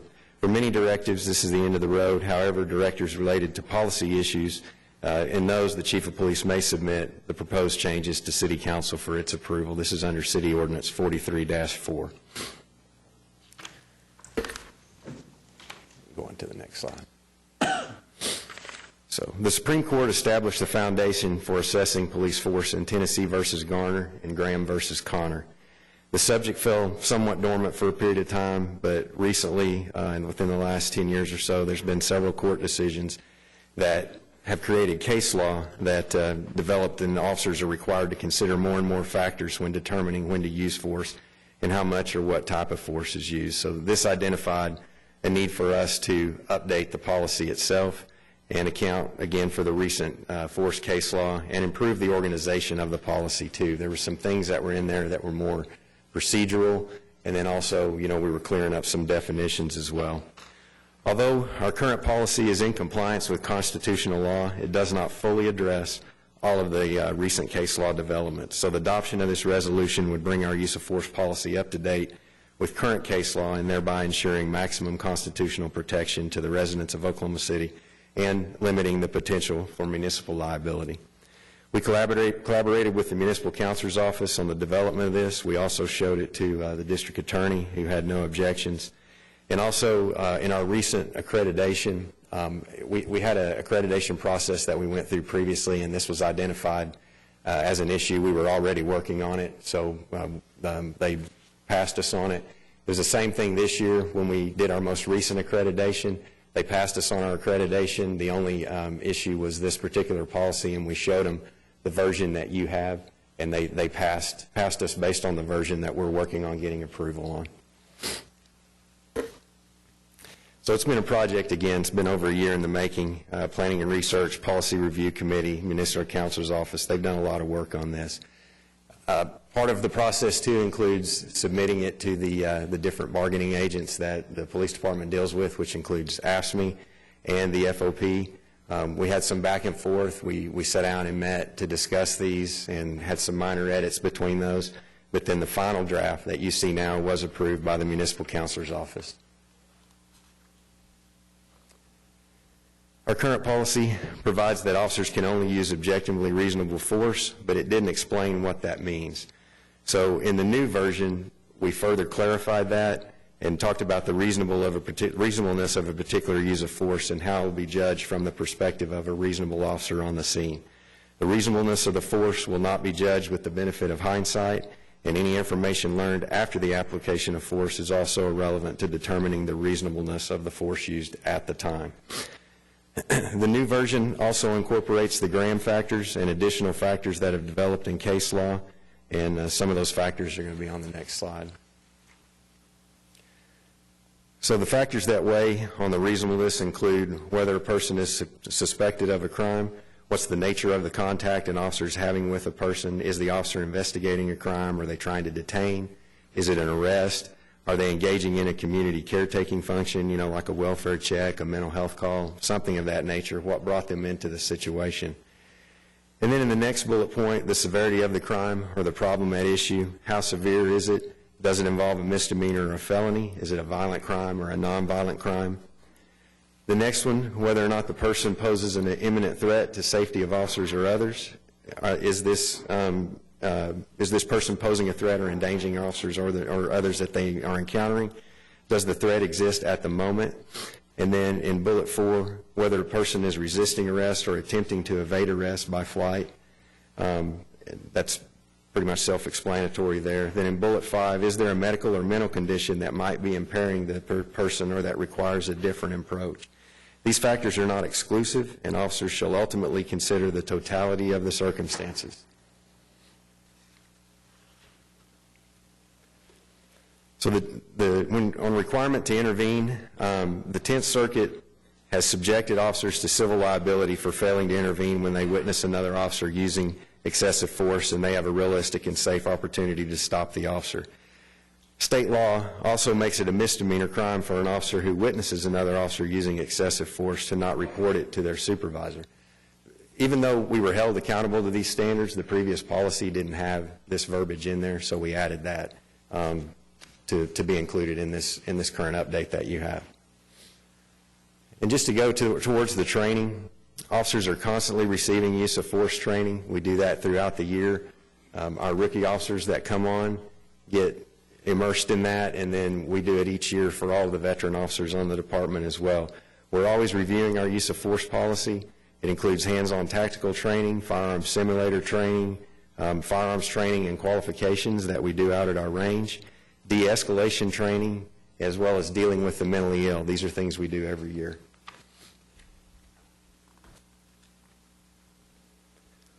So when you're investigating use of force, it also includes de-escalation and the use of de-escalation tactics, determining whether an officer's conduct complied with the department directions and directives. And these investigations are going to be continued. We're not going to stop doing those. Procedure 150 regulates use of force investigations and says that an investigation will be conducted in every use of force incident when an employee, sworn or non-sworn, resorts to the use of any degree of physical force, including the use of lethal weapons or less lethal devices. Also, one thing that's pretty unique to our department, and this was brought up by the recent assessors that came and reviewed us, is that we also evaluate de-escalation.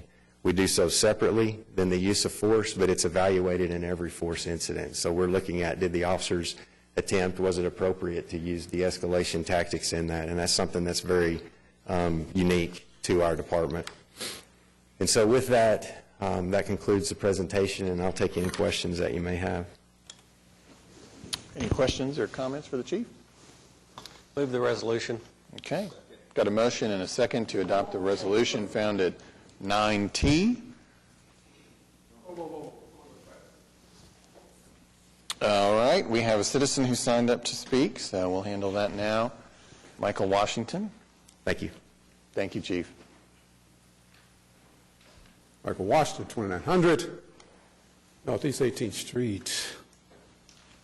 Very gallant of you, Chief. I, for one, cannot say, for the most part, whether he's sincere or not. And I'm not questioning this man's integrity because I don't know him, but for a couple of times we've met, he was pretty much cordial. So in that light, then, it is very important that these measures be adopted by this horseshoe presenters here. Why?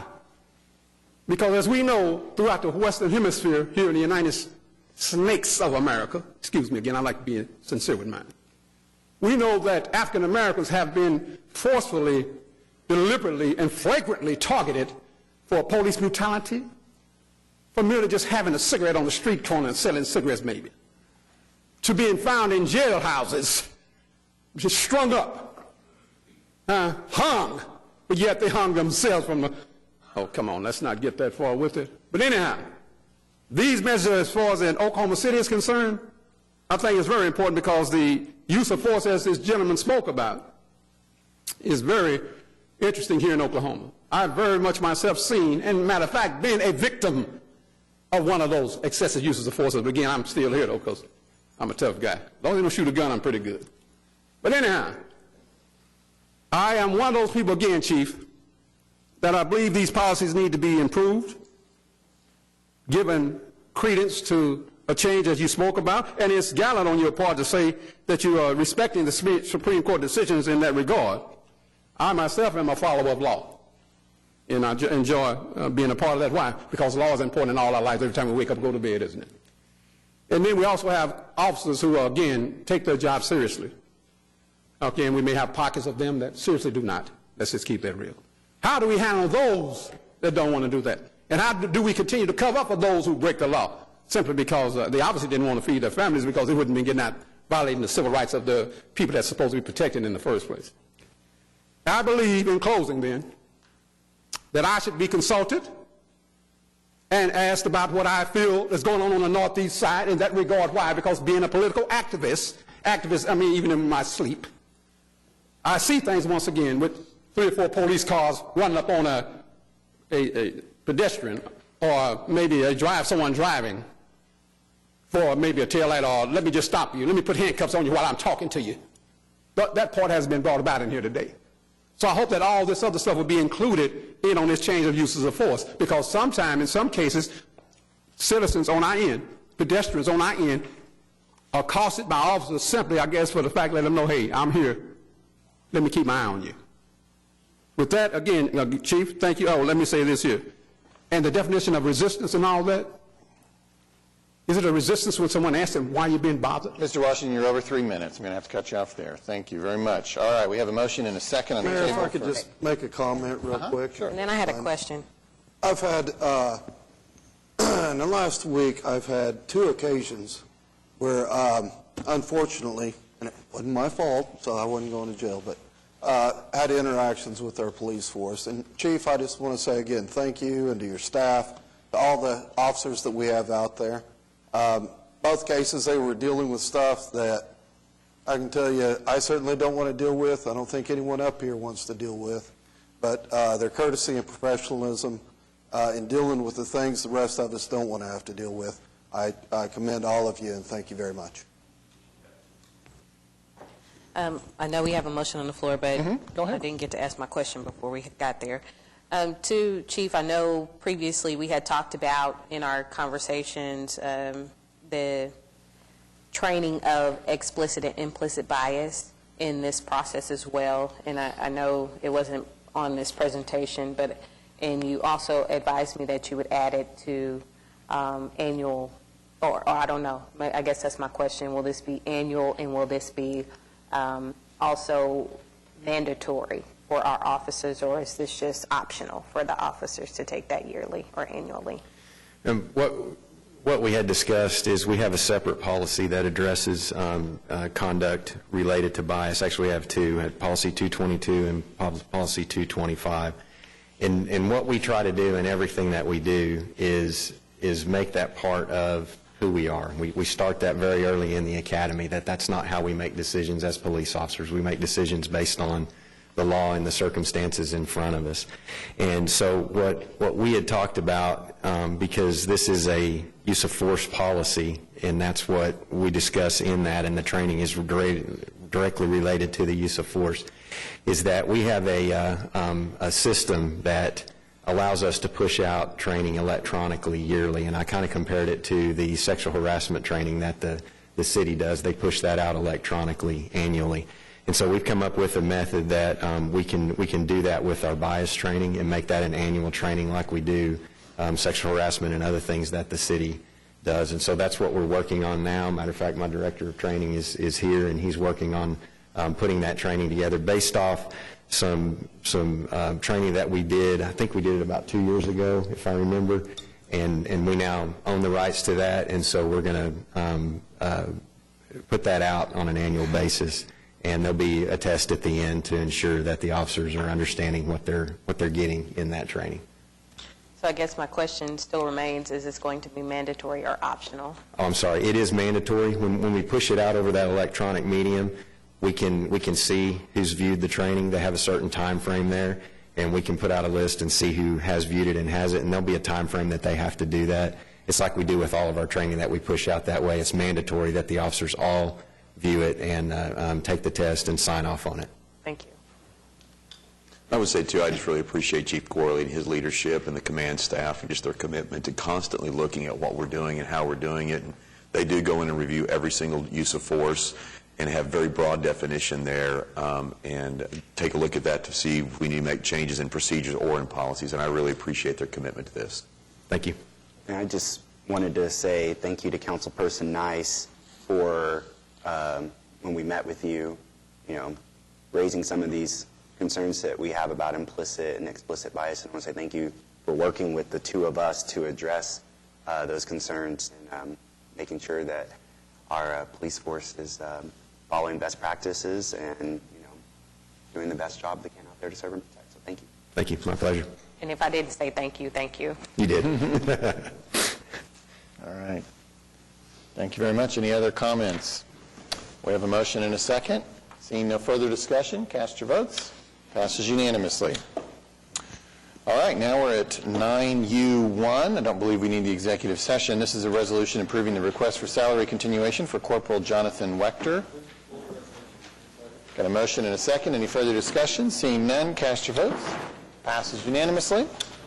9V1, don't believe we need executive session. This is a joint resolution with the Oklahoma City Municipal Facilities Authority authorizing the firm of Collins, Zorn, and Wagner, PC, to represent municipal employee Oklahoma City Police Officer John Ricketts in the case of Roth v. Ricketts. Move the joint resolution.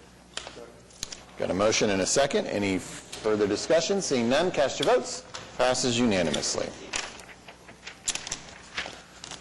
We'll handle this at the end, but we have item 9W to enter into executive session on the advice of the municipal counselor to receive confidential communications from the attorneys regarding Deer Creek Water Corp. Versus City of OKC. Move that we enter into executive session as to this item.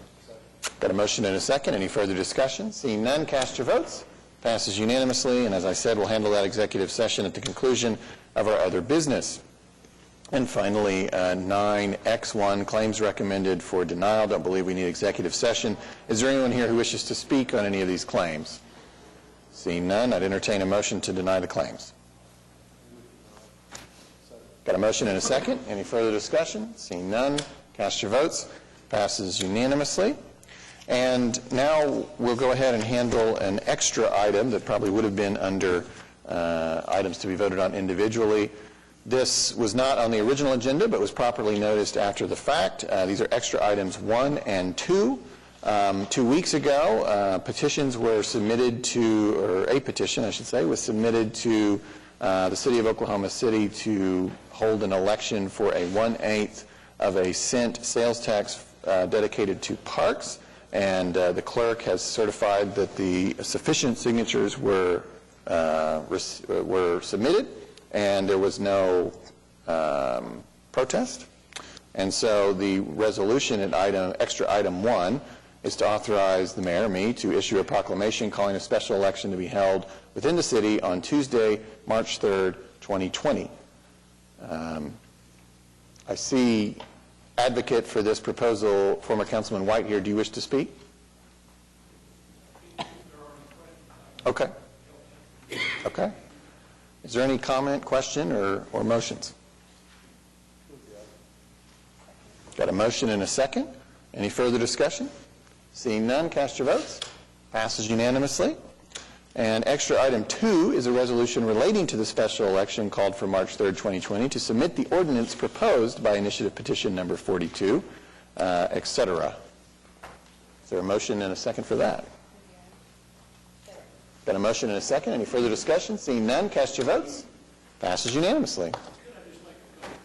Well, of course. Come on. First of all, I want to, I'm Pete White, 13733 Southeast 134th, Oklahoma City, Ward 4. I appreciate the action today, and Mayor, I especially appreciate your cooperation in getting this set as quickly as we did. We had some choices about where to go, and none of them were really good, but this is the best of that group, and I appreciate all your help in doing it. I really look forward to helping with having the city help as much as legally possible to help us, because I think if you look at what we're asking to do, you'll find it to be very transformative in terms of our park operation. It's a crying need in parks to have a fixed source of revenue for programming, operations, maintenance, and this would answer that question. And aside, I was the first customer of the fire station that was built in my ward while I was councilman, the far one south. My favorite place in the world burned down Friday night about 3 o'clock is my greenhouse, and that fire, I was their first respondent for them. So I appreciate very much. We're passing out accolades to the police department today. The fire department couldn't have been nicer about watching me cry as my favorite place in the world burned to the ground. So I appreciate it very much. Good to see all of you. It is nice to watch how much fun you guys have. I just had forgotten. In 2 years, I just totally forgot how much fun it was to be a councilman. Anyway, thank you very much. Thank you, Councilman. All right, moving on to 10A1, claim recommended for approval. Don't believe we need executive session. Is there a motion?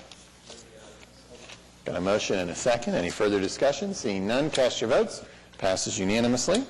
And now we're at 11, items from council. We'll handle the listed items before we go around the horseshoe. Item 11A1 was stricken at the beginning of the meeting, which leaves 11A2 and 11B that I believe are related to each other, and I'll turn it over to Councilwoman Hammond to handle that.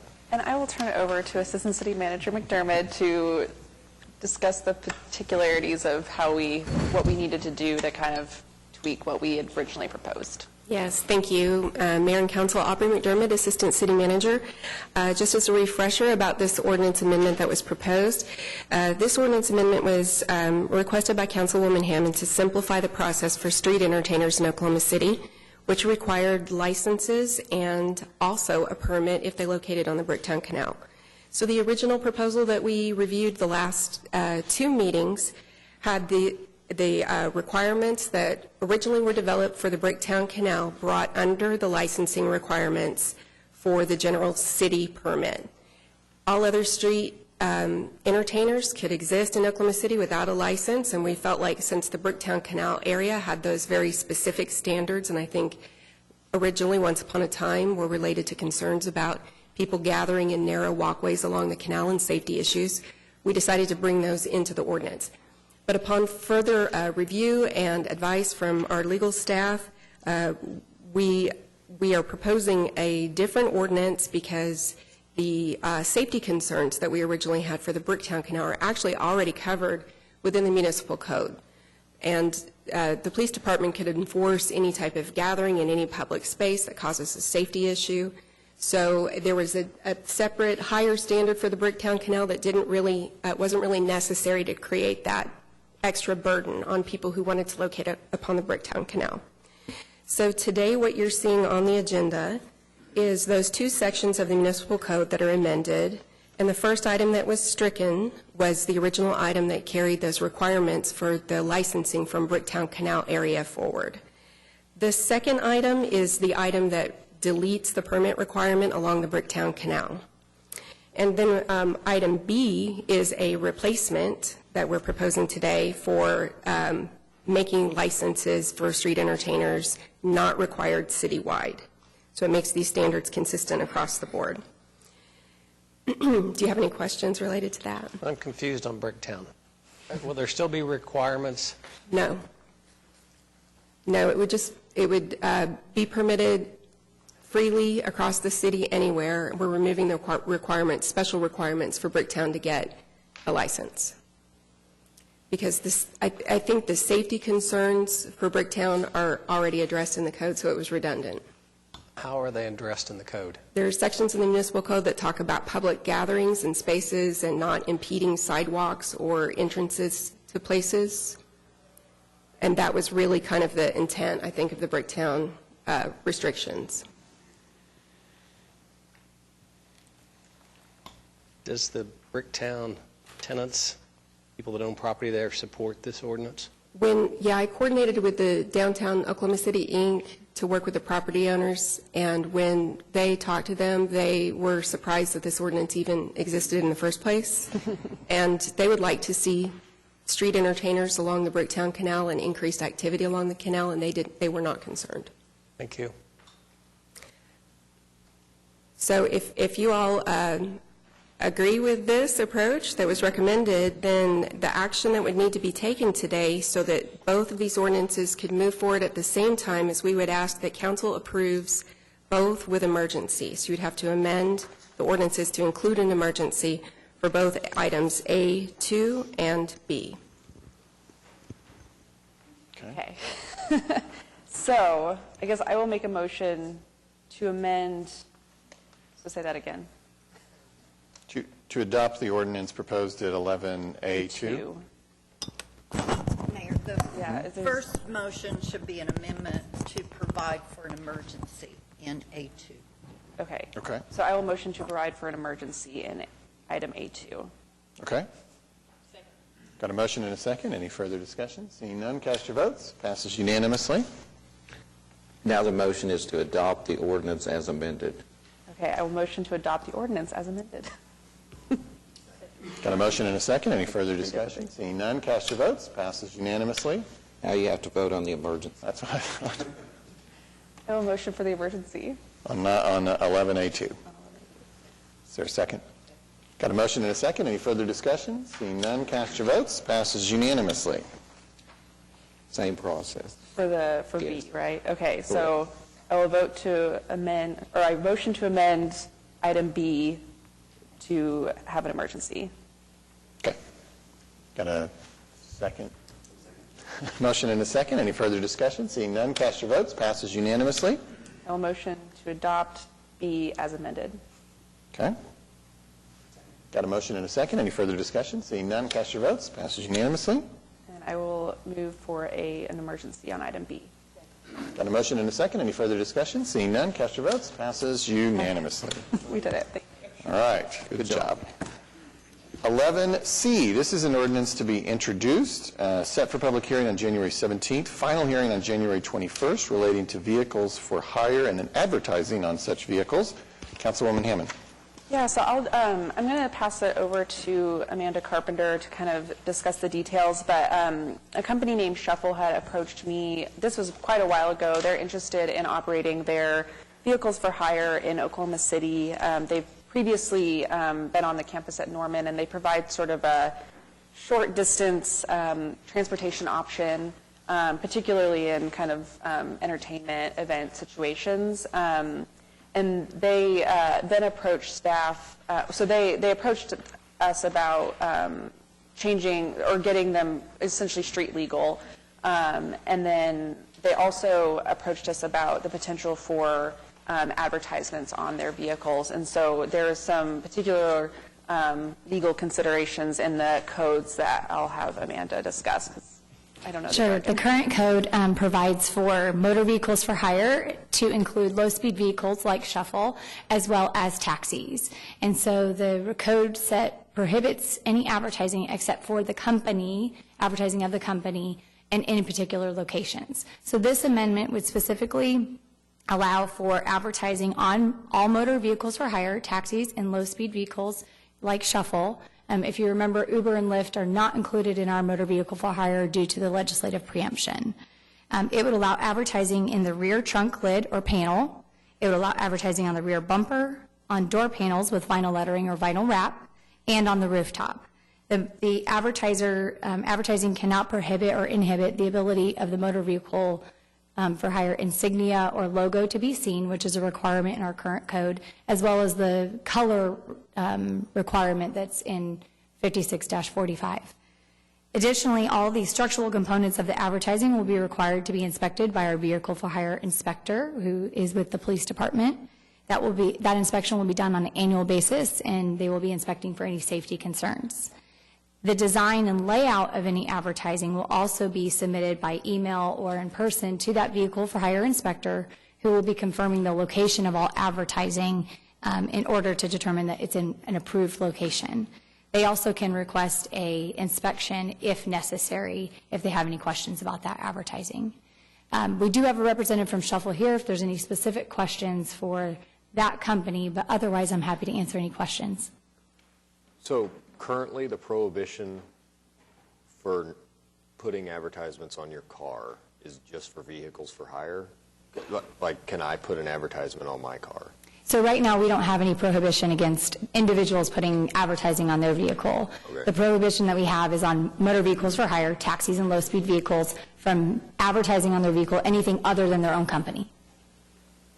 Like, why is that there? It doesn't make much sense. That's why we're getting rid of it, Jay. It's been there for a while, but we don't believe it's necessary any longer. Okay.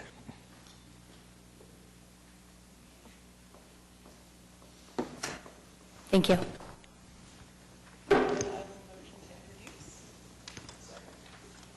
Got a motion and a second. This is to introduce the ordinance. Any further discussion?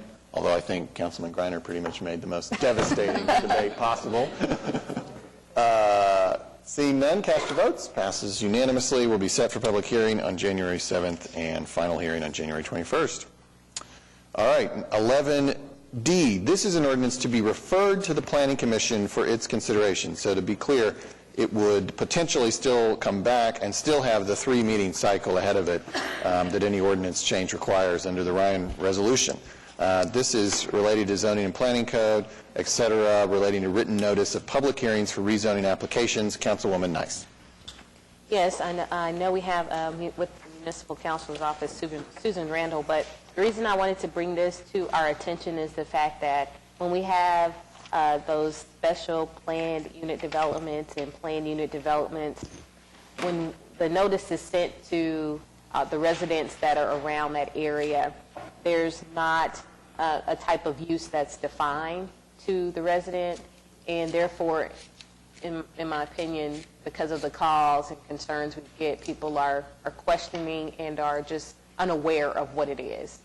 So with this, we're asking for that use, if it is specified, that it is put into our notice when we send it out to the residents. So Ms. Randall can speak more to that. Susan Randall with the City Attorney's Office. That is correct. What this will do is just require that our written notices that we mail to property owners within 300 feet of a rezoning change, which would include all of our PUDs and SPUDs, it would require us to put in the use units allowed in that zoning. So, for example, if you're going from R1 to O2, we would list all of the uses that are allowed, all the use units that are allowed in O2. That provides citizens with a little bit more notice of what other uses can also be used in that zoning district. And then if they have a specific use that they proposed, we would also include that. And we're asking this just to be referred back to the Planning Commission and go through this process. So this would kind of address, I remember issues like here where people have a SPUD or a PUD and they use base zoning of, let's pretend, a hospital, and then one of the uses they intend to do is a firing range, and it's actually not going to be a hospital at all, but this would address that. People would get better notice of what is really intended. Yes, this would address that. Like, for example, in the O2 use, there may be 23 different other uses that can be allowed in that zoning district. And so in our notice, we'll also put a link to the code where they can look up and look at the definition of exactly what types of uses those would be. And so I think it will provide better notice. And I may add again, for those residents who are unfamiliar with our city process and just get a notice in the mail, at least they know in reference what is about to happen in their community, on their block, in their neighborhood, instead of just a broad description, and then they either have to come down here and ask or call us and ask, but they can still ask those questions, but at least they'll at least have an idea of what they can look forward to, support, or to oppose in their community. All right, do you want to, I guess, make a motion to refer it to the Planning Commission? Yes, would like to make a motion to refer this to our Planning Commission. Got a motion and a second. Any further discussion? Seeing none, cast your votes. Councilwoman Hammond. There we go. Passes unanimously.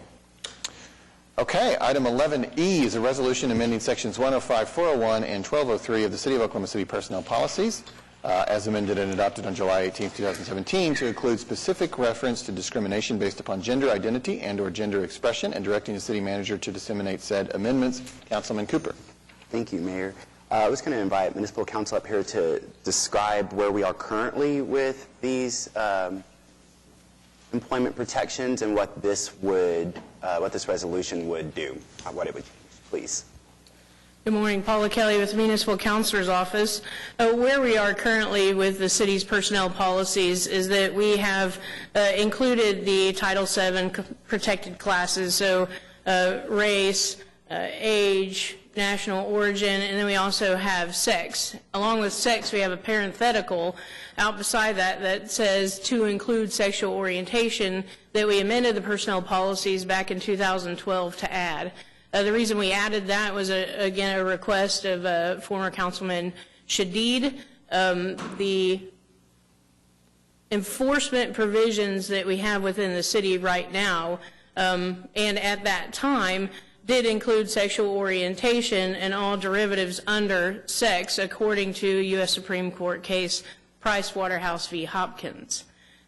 This provision, if we amended the personnel policies to include gender identity and gender expression, would accomplish the same thing that was accomplished in 2012 when we added sexual orientation, but extending those Title VII protections to those individuals that fall within the categories of gender identity and gender expression. And am I correct in understanding that that would put us at the same language, for instance, as Tulsa? Yes, exactly. The cities of Norman and Tulsa and a couple of cities in Texas, Fort Worth and Austin, they have amended their personnel policies to include gender identity and gender expression as well. Thank you. And I believe we have some citizens to be heard who might have signed up to speak. Certainly, yes. Would you like to go there now? Yes, I would. Thank you so much. Okay, Alyssa Bryant.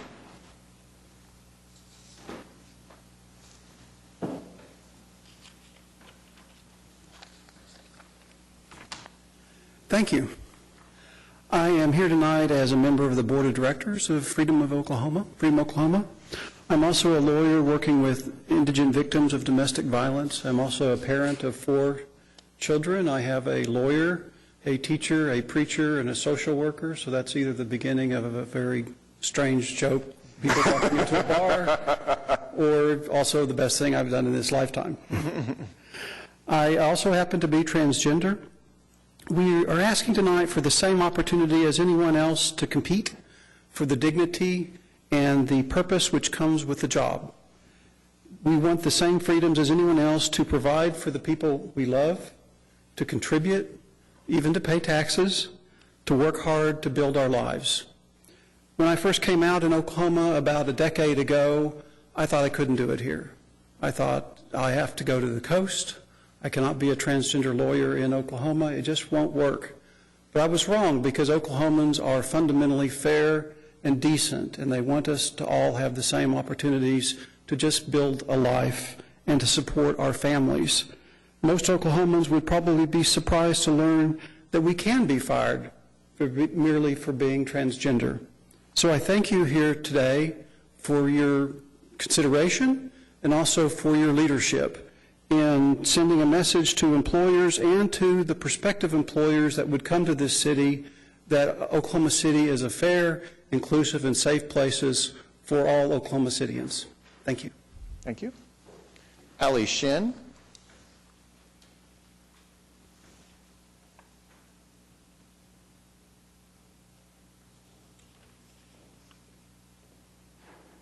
Good morning.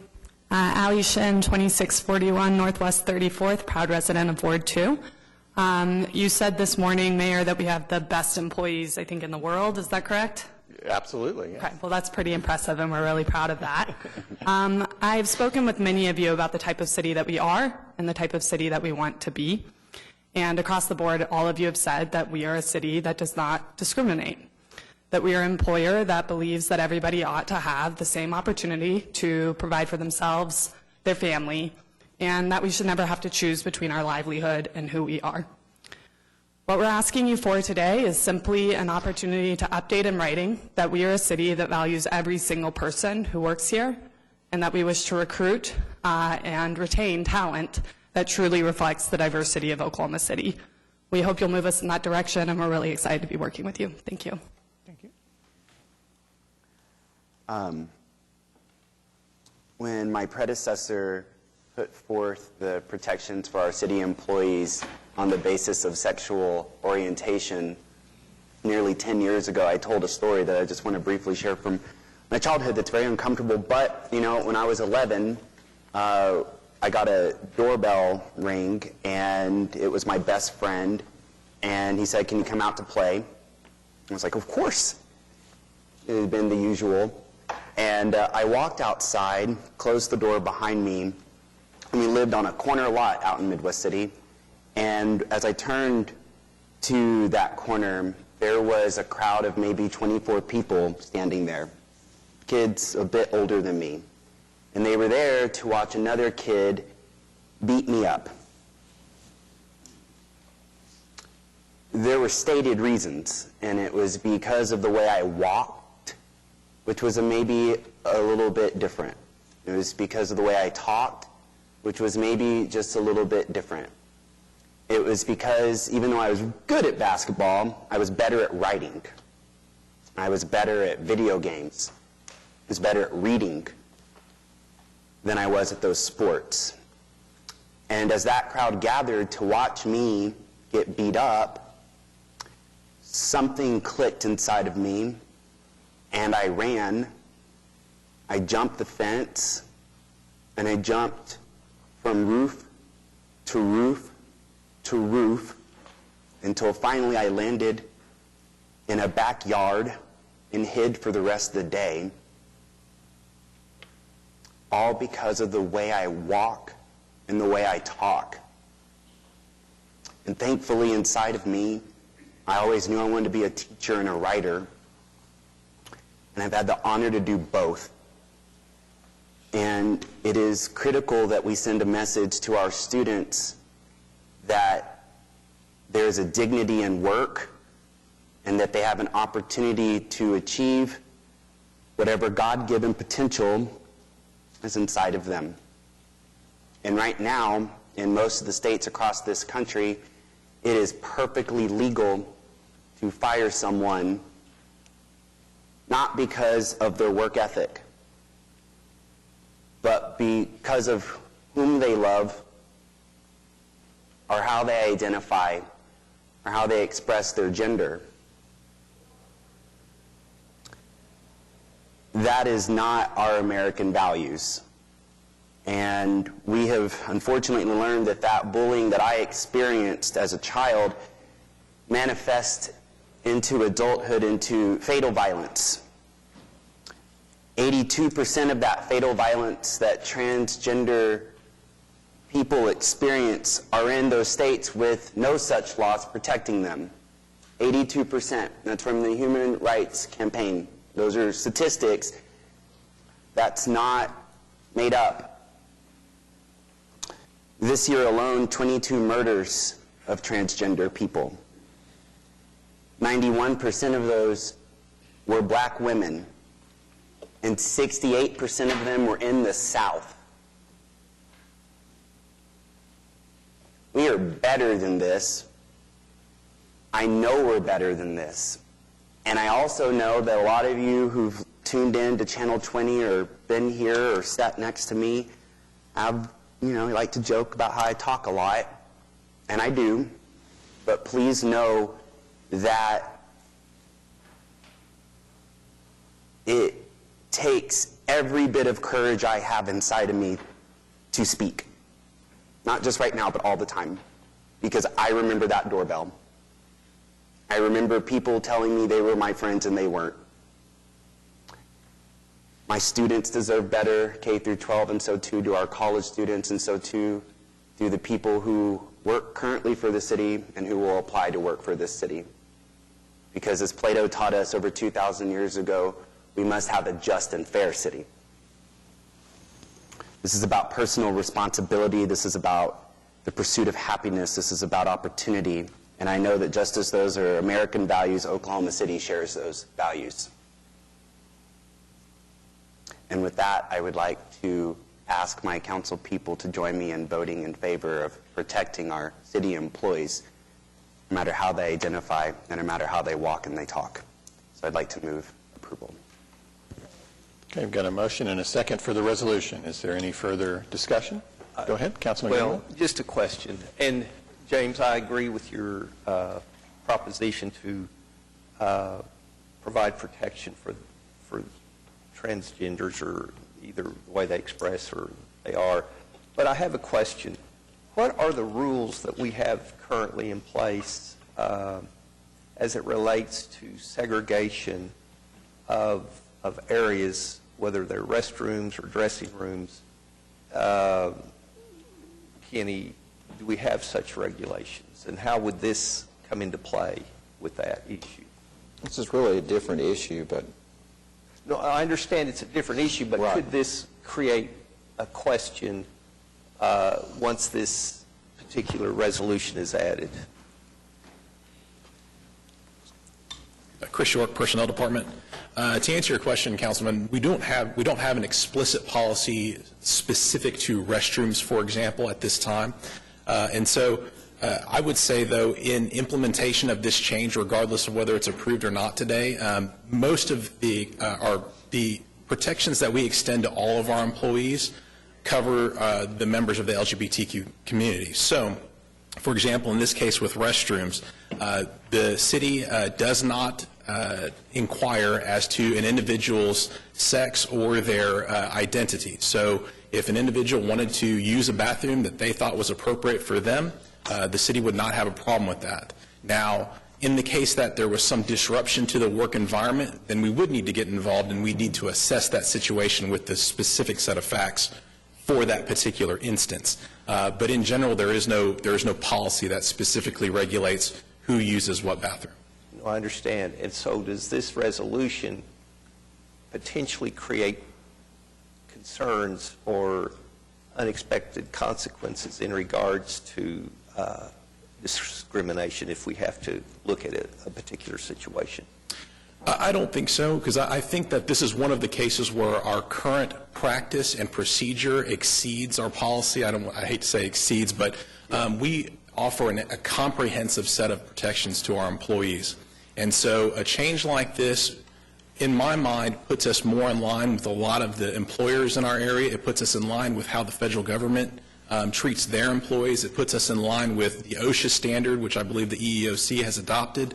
And so, no, I don't expect significant outcome. And plus, I'd also like to highlight that while the bathroom issue is a sensitive issue, yes, in reality and in practicality, it's almost hyperbole. And the reason I say that is because we have maybe, I can think of 2 cases of this that I can think of in recent history, and I'm talking years, where we had an instance that involved gender identity and a bathroom. And of course, we investigated those and were able to offer remedy to the department and to the individuals involved. And so it's such a small subsection of the issues that we run into that I'm not concerned with some type of wholesale change. Okay. And that extends down to areas beyond those that are traditionally used by city employees to where the public could be involved with. I'm sorry, could you repeat your question? Yeah, and that lack of concern extends to areas that are not solely used by employees, but could be used by the public. So a public changing or something of that nature? Yeah, like at a park or a recreation center. Yes, it would. Okay. So no concerns by adding this resolution? I don't think so, sir. Okay. Councilman McAtee. Thank you, Your Honor. James and I have talked. James was kind enough to call me, knowing where I stand on certain issues last week, and thank you, sir. And we had a good conversation. I'm going to vote against this, and I just wanted to explain why. I'm not trying to convince you to change your vote. But there are, correct me if I'm wrong, there are protections that the federal and state government give in this particular subject matter. Correct, and I'd actually defer to municipal council on that. Okay. So they do. Now, it does not go as far in their protections as some of the companies and entities that you've referenced in your memo here. They give more protection, correct? You're talking about private companies? Yeah. Yes, private companies can pretty much identify or adopt any policy that they would like to give. Okay. So there are private corporations that have extended these protections to their employees as well. So, but I believe that we should not extend them at this time. We should wait for the federal and state governments to do it. So with that in mind, when the vote is taken, I'm going to vote no. Thank you, Your Honor. Okay. And then I would only note on that, you know, right now, those protections are, I'll use the word malleable at best, in terms of actually protecting our people. So I think that's why this verbiage, to still an earlier conversation, is critical. Critical, I would say, in fact. Okay. Any further comments? We have a motion and a second on the table. Seeing none, we'll cast our votes. Passes 7-2. All right. That concludes the listed business under items from council. We'll go around the horseshoe. Why don't we start at Ward 8? Thank you. We just passed the resolution found at 11E, amending our personnel policies to the effect that was just described. So in other words, could you explain that to me, please, about transgender and the death? I think maybe we can get some staff with you to explain what just happened. Maybe. I'd like to make a statement. Well, we've completed the item. We're moving on, but you can sign up to speak under citizens to be heard. Well, you have to sign up. Okay, Councilman Stonecipher. Thank you, Your Honor. I wanted to, on behalf of the Judiciary Committee, thank LaShawn Thompson, her staff with the Municipal Court on our penalty reduction program.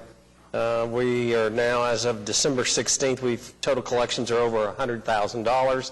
We have 652 cases that have been paid, and failure to appear dismissals are at 265. I always like to point out that this program is going to continue until the end of March. It's for tickets that were issued prior to July 1, 2017, and are in warrant status. What that means, if you will come and meet with our staff, there is a reduction in the amount of the fine. You'll get a warrant off your record, and so I'd encourage people to take advantage of this through March 31st, 2020. Thank you. Thank you. First of all, I want to say the night at the Thunder House was electric. What a game for Oklahoma City Thunder to come back from that over 20-point deficit that they had. And I think that speaks to our city as a whole, just the strength that we have, resilience. But I also wanted to make mention to Councilman Cooper, thank you for speaking your truth today. And also, you said you talk a lot. We know that, but it's okay because it's a difference when you talk a lot and you actually have something to say. So thank you for what you said today. I also wanted to make mention of a couple of other things. I didn't get to say it earlier when we passed for our Teacher of the Month, but I wanted to commend Mrs. Watkins on just the great things she's done, obviously, in the community as a teacher and an adjunct professor, and the work that she does to shape young minds and being a product of Langston University. Also commends to those efforts of the excellence of education that is being instilled of alumni that are able to go out in the community and make a difference. So that speaks to what she's done. I also wanted to send, I know some of us may or may not have heard, but I wanted to send our thoughts to the family of 2-year-old Raya Thomas. And this young lady was sleeping in her bed with her grandmother, and I found out through one of my classmates last night that her grandmother went to Northeast High School with me. She graduated a few years prior to me, but I am very familiar with their family. But I can say I know what this feels like because in 2006, my 10-year-old cousin was sleeping in his bed, and someone came up to the window and started shooting. And when he raised up, he caught a bullet to the head. And he was on life support for a day before he passed away. And it is very important for us. I know as of yesterday when I watched the news, there were no leads to this story. Somebody knows something. And I would ask and employ that if you know anything to please call our hotline, 405-297-1200. And the reason I ask for us to solve this case is because my cousin still hasn't been solved. And we're talking about 2006 for a murder of a 10-year-old, and we still haven't been able to solve that crime. But I know, and I'm very vigilant in what we know can take place if we all come together. And I know tonight that there is going to be a vigil for the family of this 2-year-old young lady whose life was cut short at, I believe, the church's New Dimensions on Britain, if I'm not mistaken. So I definitely wanted to send those condolences for that, and to her grandmother, Shamitra Thomas, who was, again, with her, and she was also shot, but she did survive. On a more positive note, I did want to commend the ladies of Alpha Kappa Alpha Sorority Incorporated, the foundation arm of Beta Sigma Omega chapter.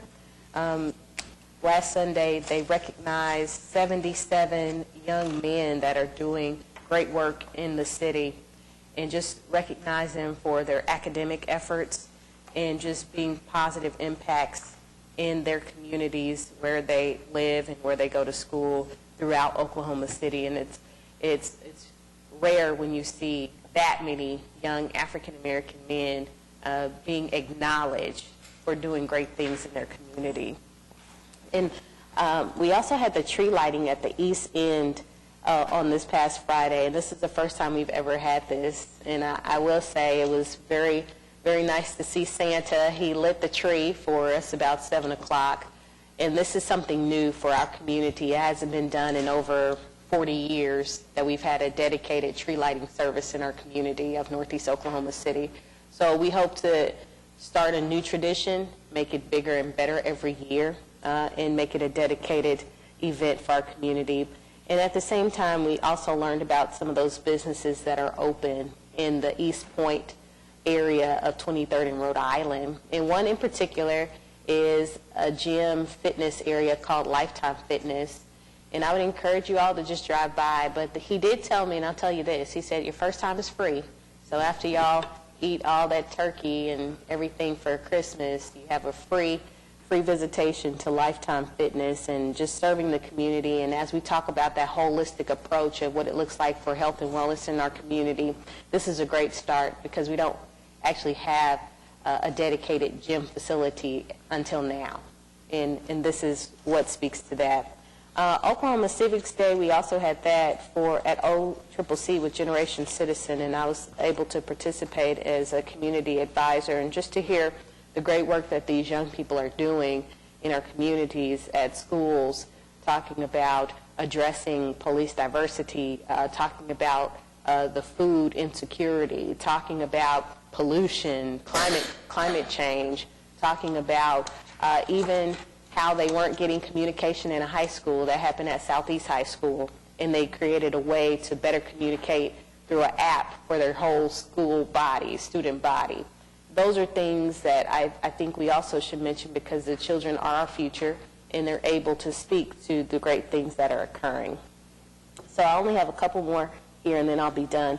Another event that I did attend, and I'll bring them up because they service some of Oklahoma City and East Oklahoma City, is the Life Changes in Wellness. They had an amateur boxing tournament this past Saturday, and this is for our young people in the community. And with this wellness center, they also offer boxing, wellness academy, fitness, tutoring, and they're going to be having an event the 26th 22nd and the 23rd, where they're going to just be giving out toys to the community. So it speaks to just their dedication and commitment to where they are and wanting to serve the people that are around them. And as we talk about the things that are happening, last Wednesday we had the Northeast Food Security Symposium. And one of the things that came out of that, obviously, is some of the things that we have in our Plan OKC. So I am hoping today that we can initiate the search for and to begin our local food policy council. That's part of our Plan OKC efforts, and I think this is the most important time for us to execute that effort as we are looking to make our communities within Oklahoma City more food secure for the ones that are not. And there are plenty of people that I know are doing work, and I think it's important for us, again, even if we get someone that can represent each ward to speak to the food insecurity efforts or just to represent as a whole, I would like to see how we could get this implemented here very, very, very soon. And congratulations also to MAPS 4. I know the question was asked, did I support it? Absolutely, because I know it's going to benefit a lot of our communities within Northeast Oklahoma City that have not been able to benefit previously. So we are excited, and the mayor and I went to over 30 churches within a couple of months just to speak about what is to come so the community could be aware of what they were voting on, whether they voted yes or no, but at least to have the information to know they were empowered about how this could impact and affect the communities that they are a part of in Northeast Oklahoma City or in Oklahoma City in general. And with that being said, I know we talked about this before, but the concern that I have and will continue until we completely have addressed it comfortably is the equity piece when it comes to local and minority investment and or being able to be a part of the process of construction, being a part of being the building part of what this looks like for our city.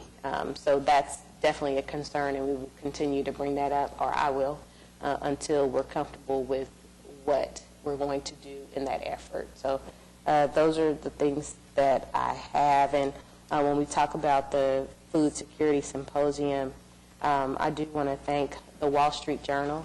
They did an article that was published yesterday in the Wall Street Journal about one of our residents, and I want to thank him for sharing his story. He talked about how he has a car, but because his car is not a reliable source for him, he can only go within about a mile of where he lives. Otherwise, he has to take the bus for at least an hour to an hour and a half to go to the grocery store.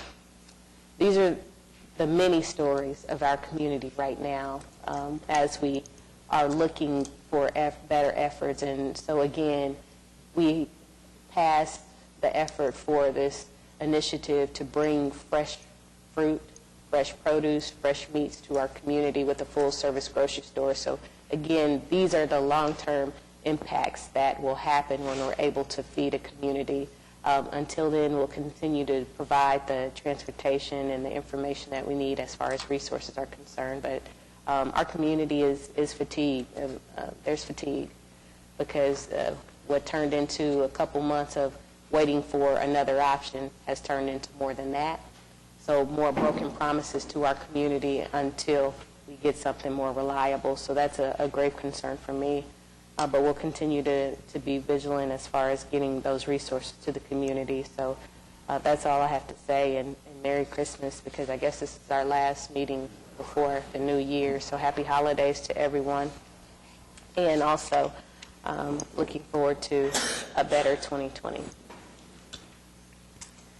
Well, I want to echo Councilman Nice's discussion about the symposium. I got to attend last Wednesday. Thank you to the Urban Land Institute for helping host that, and all the folks that worked to bring in those speakers, Dr. Reese and Dr. Lewis, and then Dr. Lowry up from Norman. I know I learned a lot. Food insecurity is a pretty big passion of mine. So I read a lot and feel like I pay attention, but it was a really great conversation that they were able to present. A lot of research that Dr. Lowry presented really showed that while the area that the 7311 zip code is definitely the most in need, there are other food deserts in our city that I hope that we can learn how from addressing the most dire needs, ways that we can maybe work to increase healthy food access across the city. At one point, he showed a map of the metro area and all of the grocery stores, and then showed a map of dollar stores, and they proliferate everywhere. And there's research done that shows that their business model is specifically to target areas that are already food insecure, and then, so they are extracting wealth from our communities and impacting health poorly. They do it in rural areas, they do it in inner city areas, and it is well documented that that is their business model. So, so to protect the well-being and health of our communities, I'm excited to keep working on those issues. And I just appreciate Councilwoman Nice's leadership on that and her bringing those partners together last week to talk about a really important need in our city. I'd also like to thank all of the partners that came together on Friday for the Homelessness Task Force. We had a really great discussion. We got to hear results from the consultants' analytic insights about they interviewed over 40 community partners and discussed the findings of those interviews, particularly that the largest need that across social services, private business, and other partners working around housing and security in our city and state, that affordable housing was the number1 need, and safe and affordable housing, and the need for up to code, things that aren't falling down, ability to actually bring concerns about code enforcement and the safety of the place they live to their landlord without fear of eviction. So it was a great discussion, and look forward to, I believe we're going to have 12 more meetings over the coming year to discuss specific areas that they identified as needs of just further exploration. And I look forward to continuing that conversation. And relatedly, I wanted to talk about people sleeping outside because, especially with the really cold temperatures we've been having and will continue to have, I appreciate our city planning department's efforts to keep the word out about our cold shelters for when it dips below 32 degrees. We have a number of community partners that have relax their restrictions on their overnight shelter beds, opening those up to folks so that they have safety in the cold. And I know living and spending most of my time in the core of the city, I still see folks that, and I share with them that the cold shelters are open, and some folks don't want to go to those for safety or other reasons, concerns they have. So I still see people camping and sleeping outside. I know there are certain areas of Ward 6 that that folks tend to camp because they're close to services.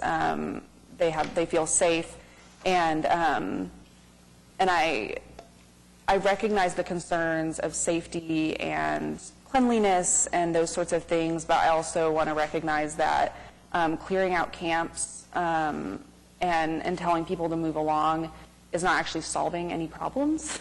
It's just moving folks. And in fact, I had a few service providers approach me a month or so ago saying that they had concerns that our police department had cleared out a camp, and then just a week later had a call from folks in the Farmers Market District saying that they have new people camping in their alley and wanted, and when outreach workers went to speak with those folks, it turned out that they had just been moved from their former site. So I just want to ask for people's understanding and recognition that It's not a crime to be alive and not have a place to live, especially with these really cold temperatures. People are really at risk.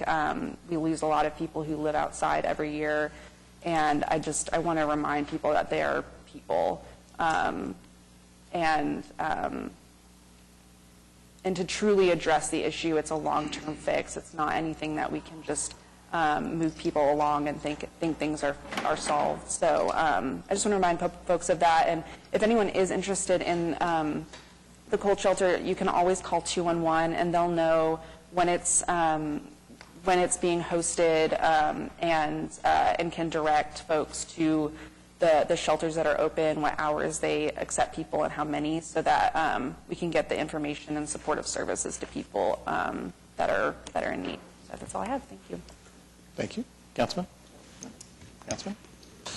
I just wanted to announce yesterday we did the ribbon cutting out at Station 29 at 8400 Southeast 164th. Former Councilman White stole a little bit of my thunder, announcing that he was the first recipient of their services when they unfortunately had a fire in his greenhouse, workshop, she shed, I don't know what it was, something like that. So congratulations to Ward 4 residents for getting a new fire station out there. An 07 bond project, is that right? Yes. It's been a long time coming, yes. The key.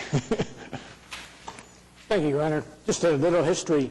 In the past, we as council were afforded the opportunity to wish everybody a Merry Christmas over Channel 20. I don't think we did that this year, so I'm going to take this opportunity for Ward 3. Merry Christmas, and may you have a God-blessed New Year. Thank you, Your Honor. First, I want to sincere thank you for your kind words, Councilperson Nice, a bit earlier, and thank you to every councilperson who supported the measure, the resolution earlier. And thank you to those who did not for actually talking with me the way that you all have. It's been great to, what do they call it, reach across the aisle. I also, to that point, I've been bragging, and I've said it to him already, but I want to do it publicly on Channel 20. Councilperson McAtee, if you all saw him on Flashpoint a couple weeks ago, the Sunday before the MAPS vote, it moved me to tears when he said that couldn't promise that MAPS 4 and its homelessness investment would completely solve the problem that we're facing when it comes to getting people in housing and connecting them with services. But then he said, but I'd rather go down fighting. My gosh, that was a, whoo! I will never forget those words. I mean, it was a powerful moment. I mean, it was just beautiful. It was beautiful. I was grocery shopping when I was listening to that. So there's no telling what the people thought I was listening to. But I just wanted to publicly acknowledge those remarks. That was really something. So thank you for those. Also wanted to say thank you to Ward 2 neighborhood Belle Isle West for inviting me to join them to go look at some Christmas lights and to sit in judgment of those Christmas lights. No, it was it was wonderful. It was just wonderful being out there with them Sunday evening. Thank you to Lynn Garman for that. And to my fellow members of the Oklahoma Film Critics Circle, thank you for voting this last week. We chose as our best film of the year Once Upon a Time in Hollywood, the new Quentin Tarantino movie. And then we chose, for reasons beyond me, Martin Scorsese as Best Director for The Irishman. I don't know, save your 3.5 hours, everybody, is what I would say, but apparently I'm the minority in that opinion. But all the same, I wanted to say thank you to Oklahoma Film Critics Circle for allowing me to still be a part of their group, and commend them on I believe this will be their 12th year doing that work. So, Merry Christmas, Happy Holidays, Happy New Year's, and thank you all so much for these months together. All right. Well, that concludes items from council. Now we have item 12, city manager report. Yes, sir. We have on today, we have several, one presentation that is on the development impact fees. Those were actually approved in 2016, and we, in that ordinance that was approved, it's promised that we would bring forward an annual financial report. And so this is both a financial report as well as what we're doing with the funds as well as what we're planning to do in the future. And so just to give an update on development impact fees. So it's Brent Bryant. Good morning again, Brent Bryant, Finance Director. Today we're going to do just some financial highlights, background, the framework of our impact fees and how they came to fruition, project updates and their next steps. Financial highlights through June 30 of 2019. We have approximately $15.1 million available to encumber in funds. We added approximately $8.3 million in this last fiscal year, and in FY19 we had about $1.4 million added of new project costs. Just for your information, the rate for a residential development is 41 cents a square foot, just for reference to that.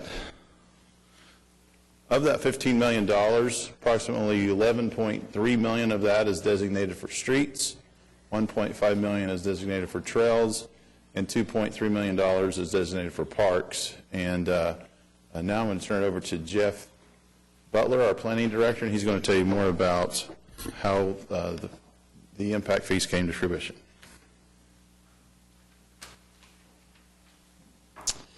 Good morning, Jeff Butler, Planning Director. Just to give you a little bit of background as to how the impact fees came about. We started working on it actually in 2015 and went through I would say an in-depth and really rigorous process that included stakeholders and the public and a lot of analysis.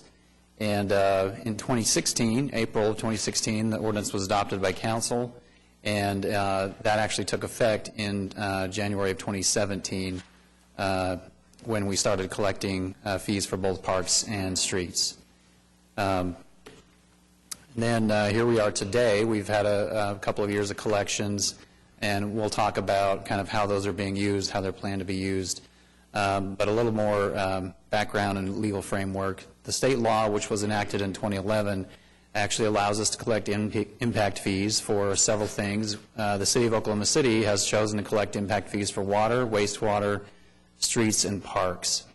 And so the legal nexus is important. I'll start at the top of the slide and talk about kind of the definition, what an impact fee is, what's different about an impact fee, and that's that it's a one-time charge, charged at the building permit phase. So when somebody, whether it's a residence or a commercial development comes through, they're charged at that point for their impact to the street system and the park system. And of course, as I mentioned, water and wastewater.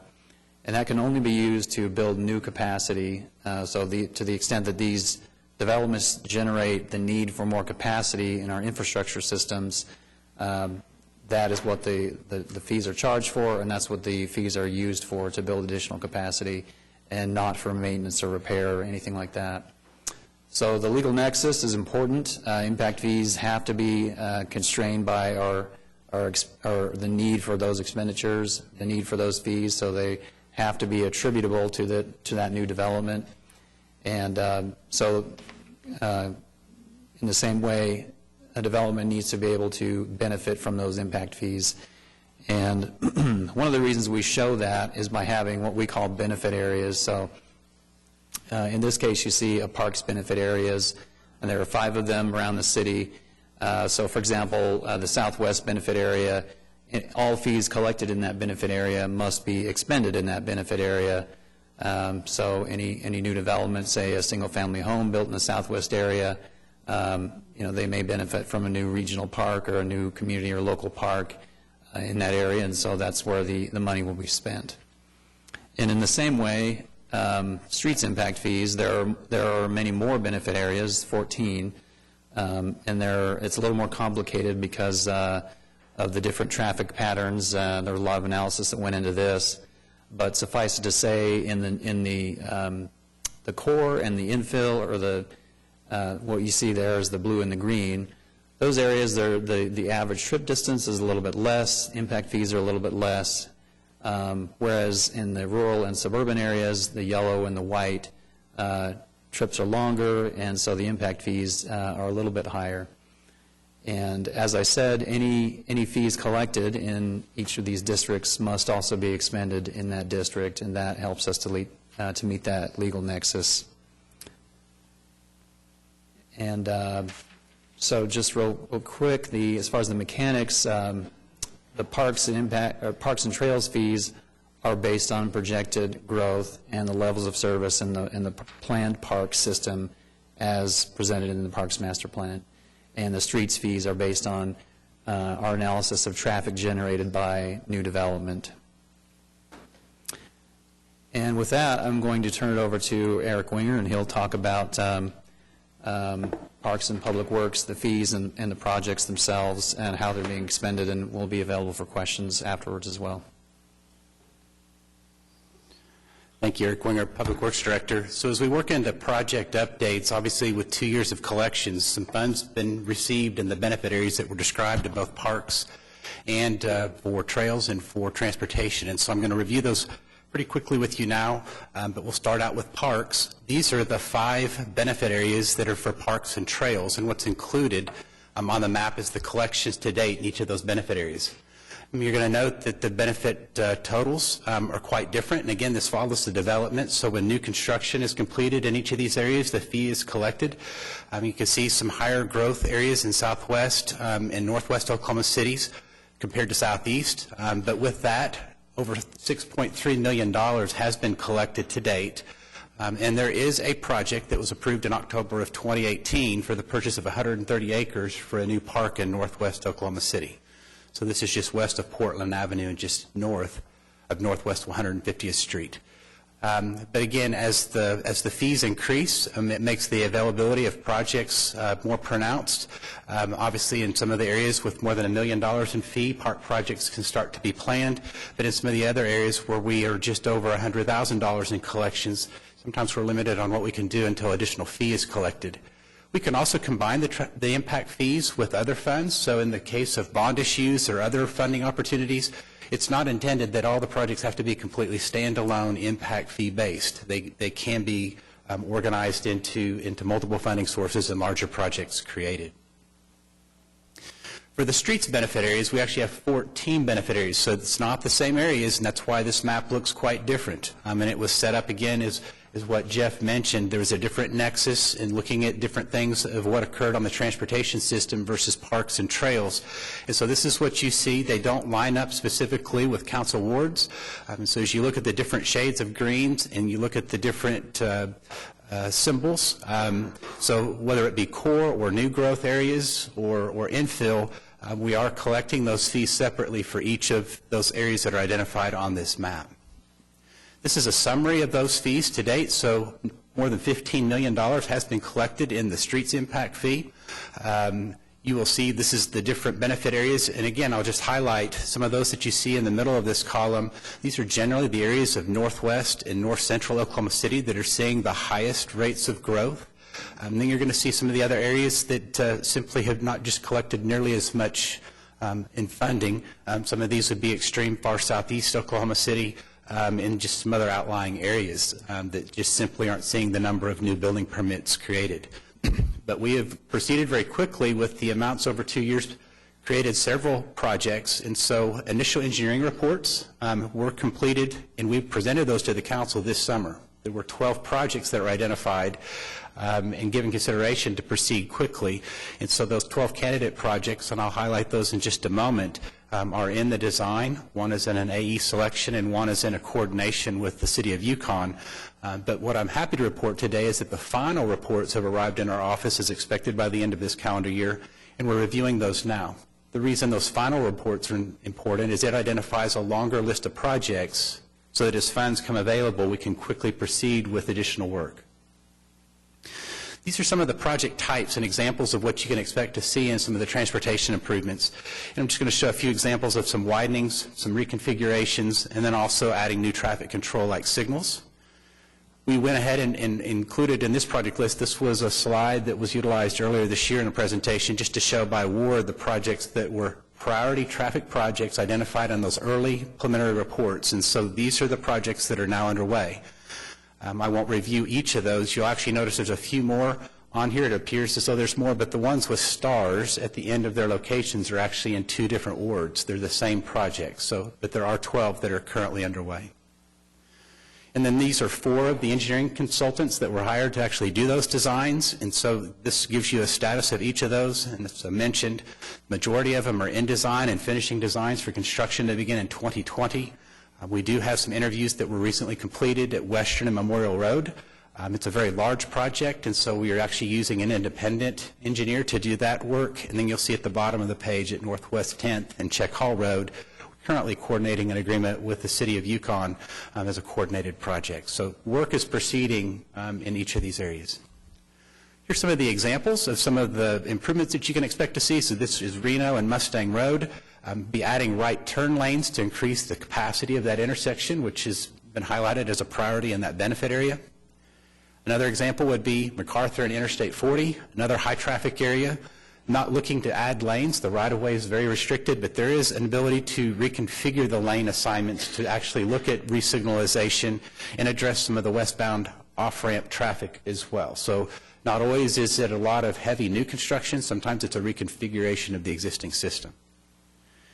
And then some of the other examples, again, it does provide for addition of new traffic signals. This one's at Anderson Road and I-40. It would be adding a traffic signal at the base of that off-ramp there. But again, as the engineers are working in each of those benefit areas, they're doing traffic studies, they're looking at ADT, which is traffic count, they're looking at planning and Plan OKC, looking at future development projections, and they're prioritizing those projects at each of those benefit areas that are included in these reports. And so our next steps as we move forward is we're finalizing the design on the 12 projects that I just highlighted on the previous slides. The construction will expect to begin on each of those in 2020. The final reports are in our office being reviewed now, so the list of projects is going to increase significantly in each of the benefit areas. We'll be bringing those reports back to the City Council for your review and approval. But then we also plan to continually update these reports. So in the high-growth areas of Oklahoma City, especially as it relates to traffic improvements, we see that we may need to update the reports more regularly, possibly annually.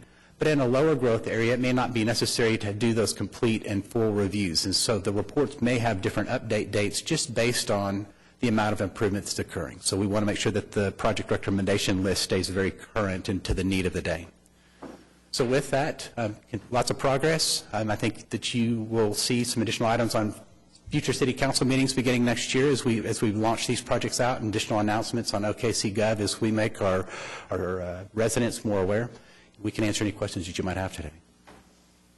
So I'm going to assume that you can't use impact fees to repave roads.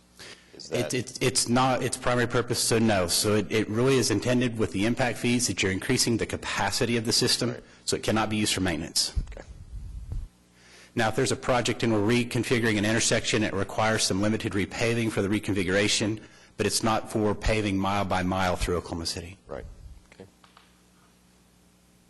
Any other questions? Thank you all. I do appreciate the leadership, the Finance Department in helping to manage the funds, and then planning and Public Works and Parks working together. Doug was here also, Doug Cupper.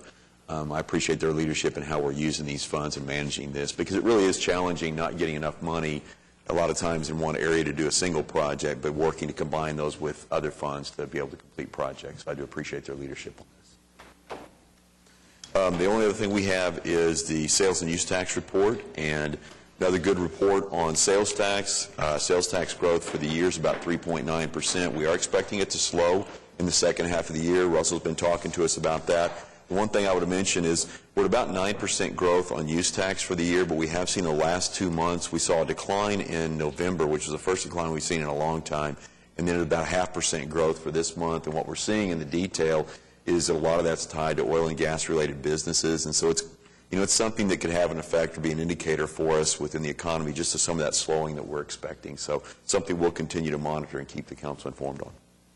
That's all I have. All right, now we're on to citizens to be heard. Remind everybody to keep your comments to 3 minutes. First one is Rosetta Funches. I probably obliterated your last name, but Funches, I was close. Good afternoon. I'm going to keep this short, but I wanted to say something about one of the things that you just passed today about the bathroom situation. And I had another point, too, that I'd like to say, and I'm going to try to say it within 3 minutes. But I'm thinking about women. And now, if a man thinks he's a woman, and he's, with a huge body, he needs to see a psychiatrist. See, men here on this earth are trying to change God's laws. God made man and woman. Now, if he made you a man, then you should, and you think you're a woman, you need to see a psychiatrist. And I feel sorry for those that have been misused by people because of the way they walk. But you still need to see a psychiatrist. Man cannot change what God made perfect. And so I don't think it's fair to send my little girl into a bathroom with a big man thinking he's a woman. And see, the media has made it all like everything is okay. The media just passes on down like it's the right thing to do. And this is supposed to be a Christian nation. We're not following God's laws. See, we're taking laws in our own hands. That's one thing. Okay, other thing is like when you all come out to meetings in communities, political meetings, campaigning, then the people running for office talk too long. And then at the end, they give you, they tell you you can ask questions, but they give you a card to write on. And then they shuffle the card around and pick the question that they want. And that's not fair. So what I'm trying to say now is you need to give people a chance to, in the public, to say something. And I'm wondering, is it planned that you all do this on purpose so people can't ask questions? Or what? I'm known to speak my mind. So I'm just saying that if you could give people a chance to express themselves after you come out to political events. Thank you. Thanks. Next person is Ronnie Kirk.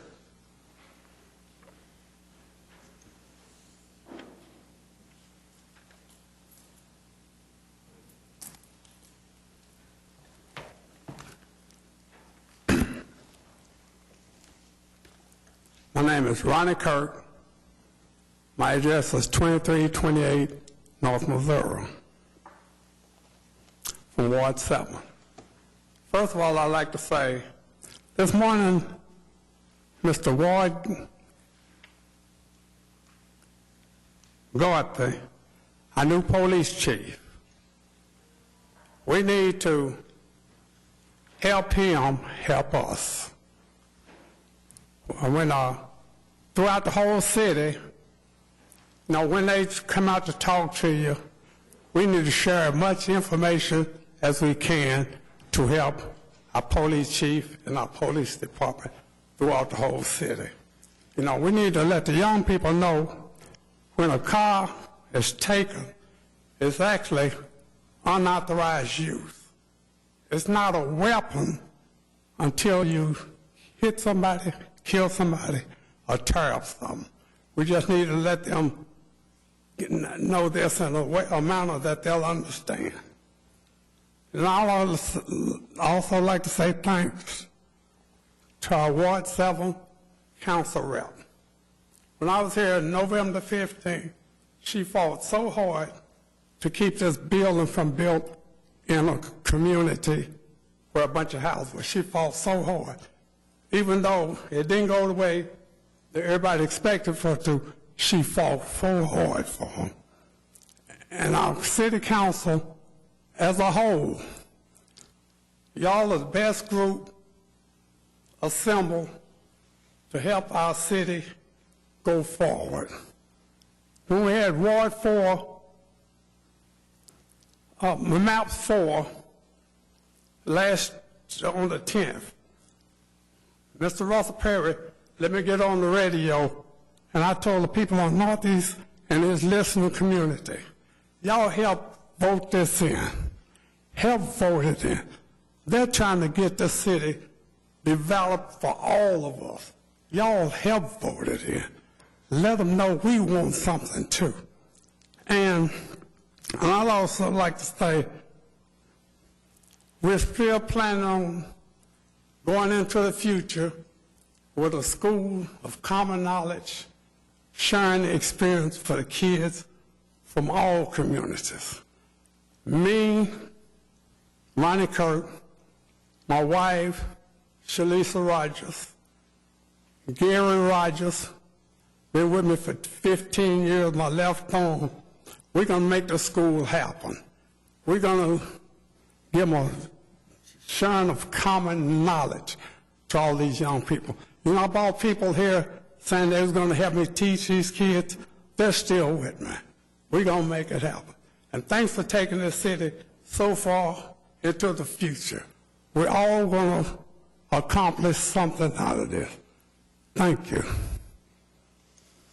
Thank you, Mr. Kirk. And the other person who signed up is Michael Washington, who is not here.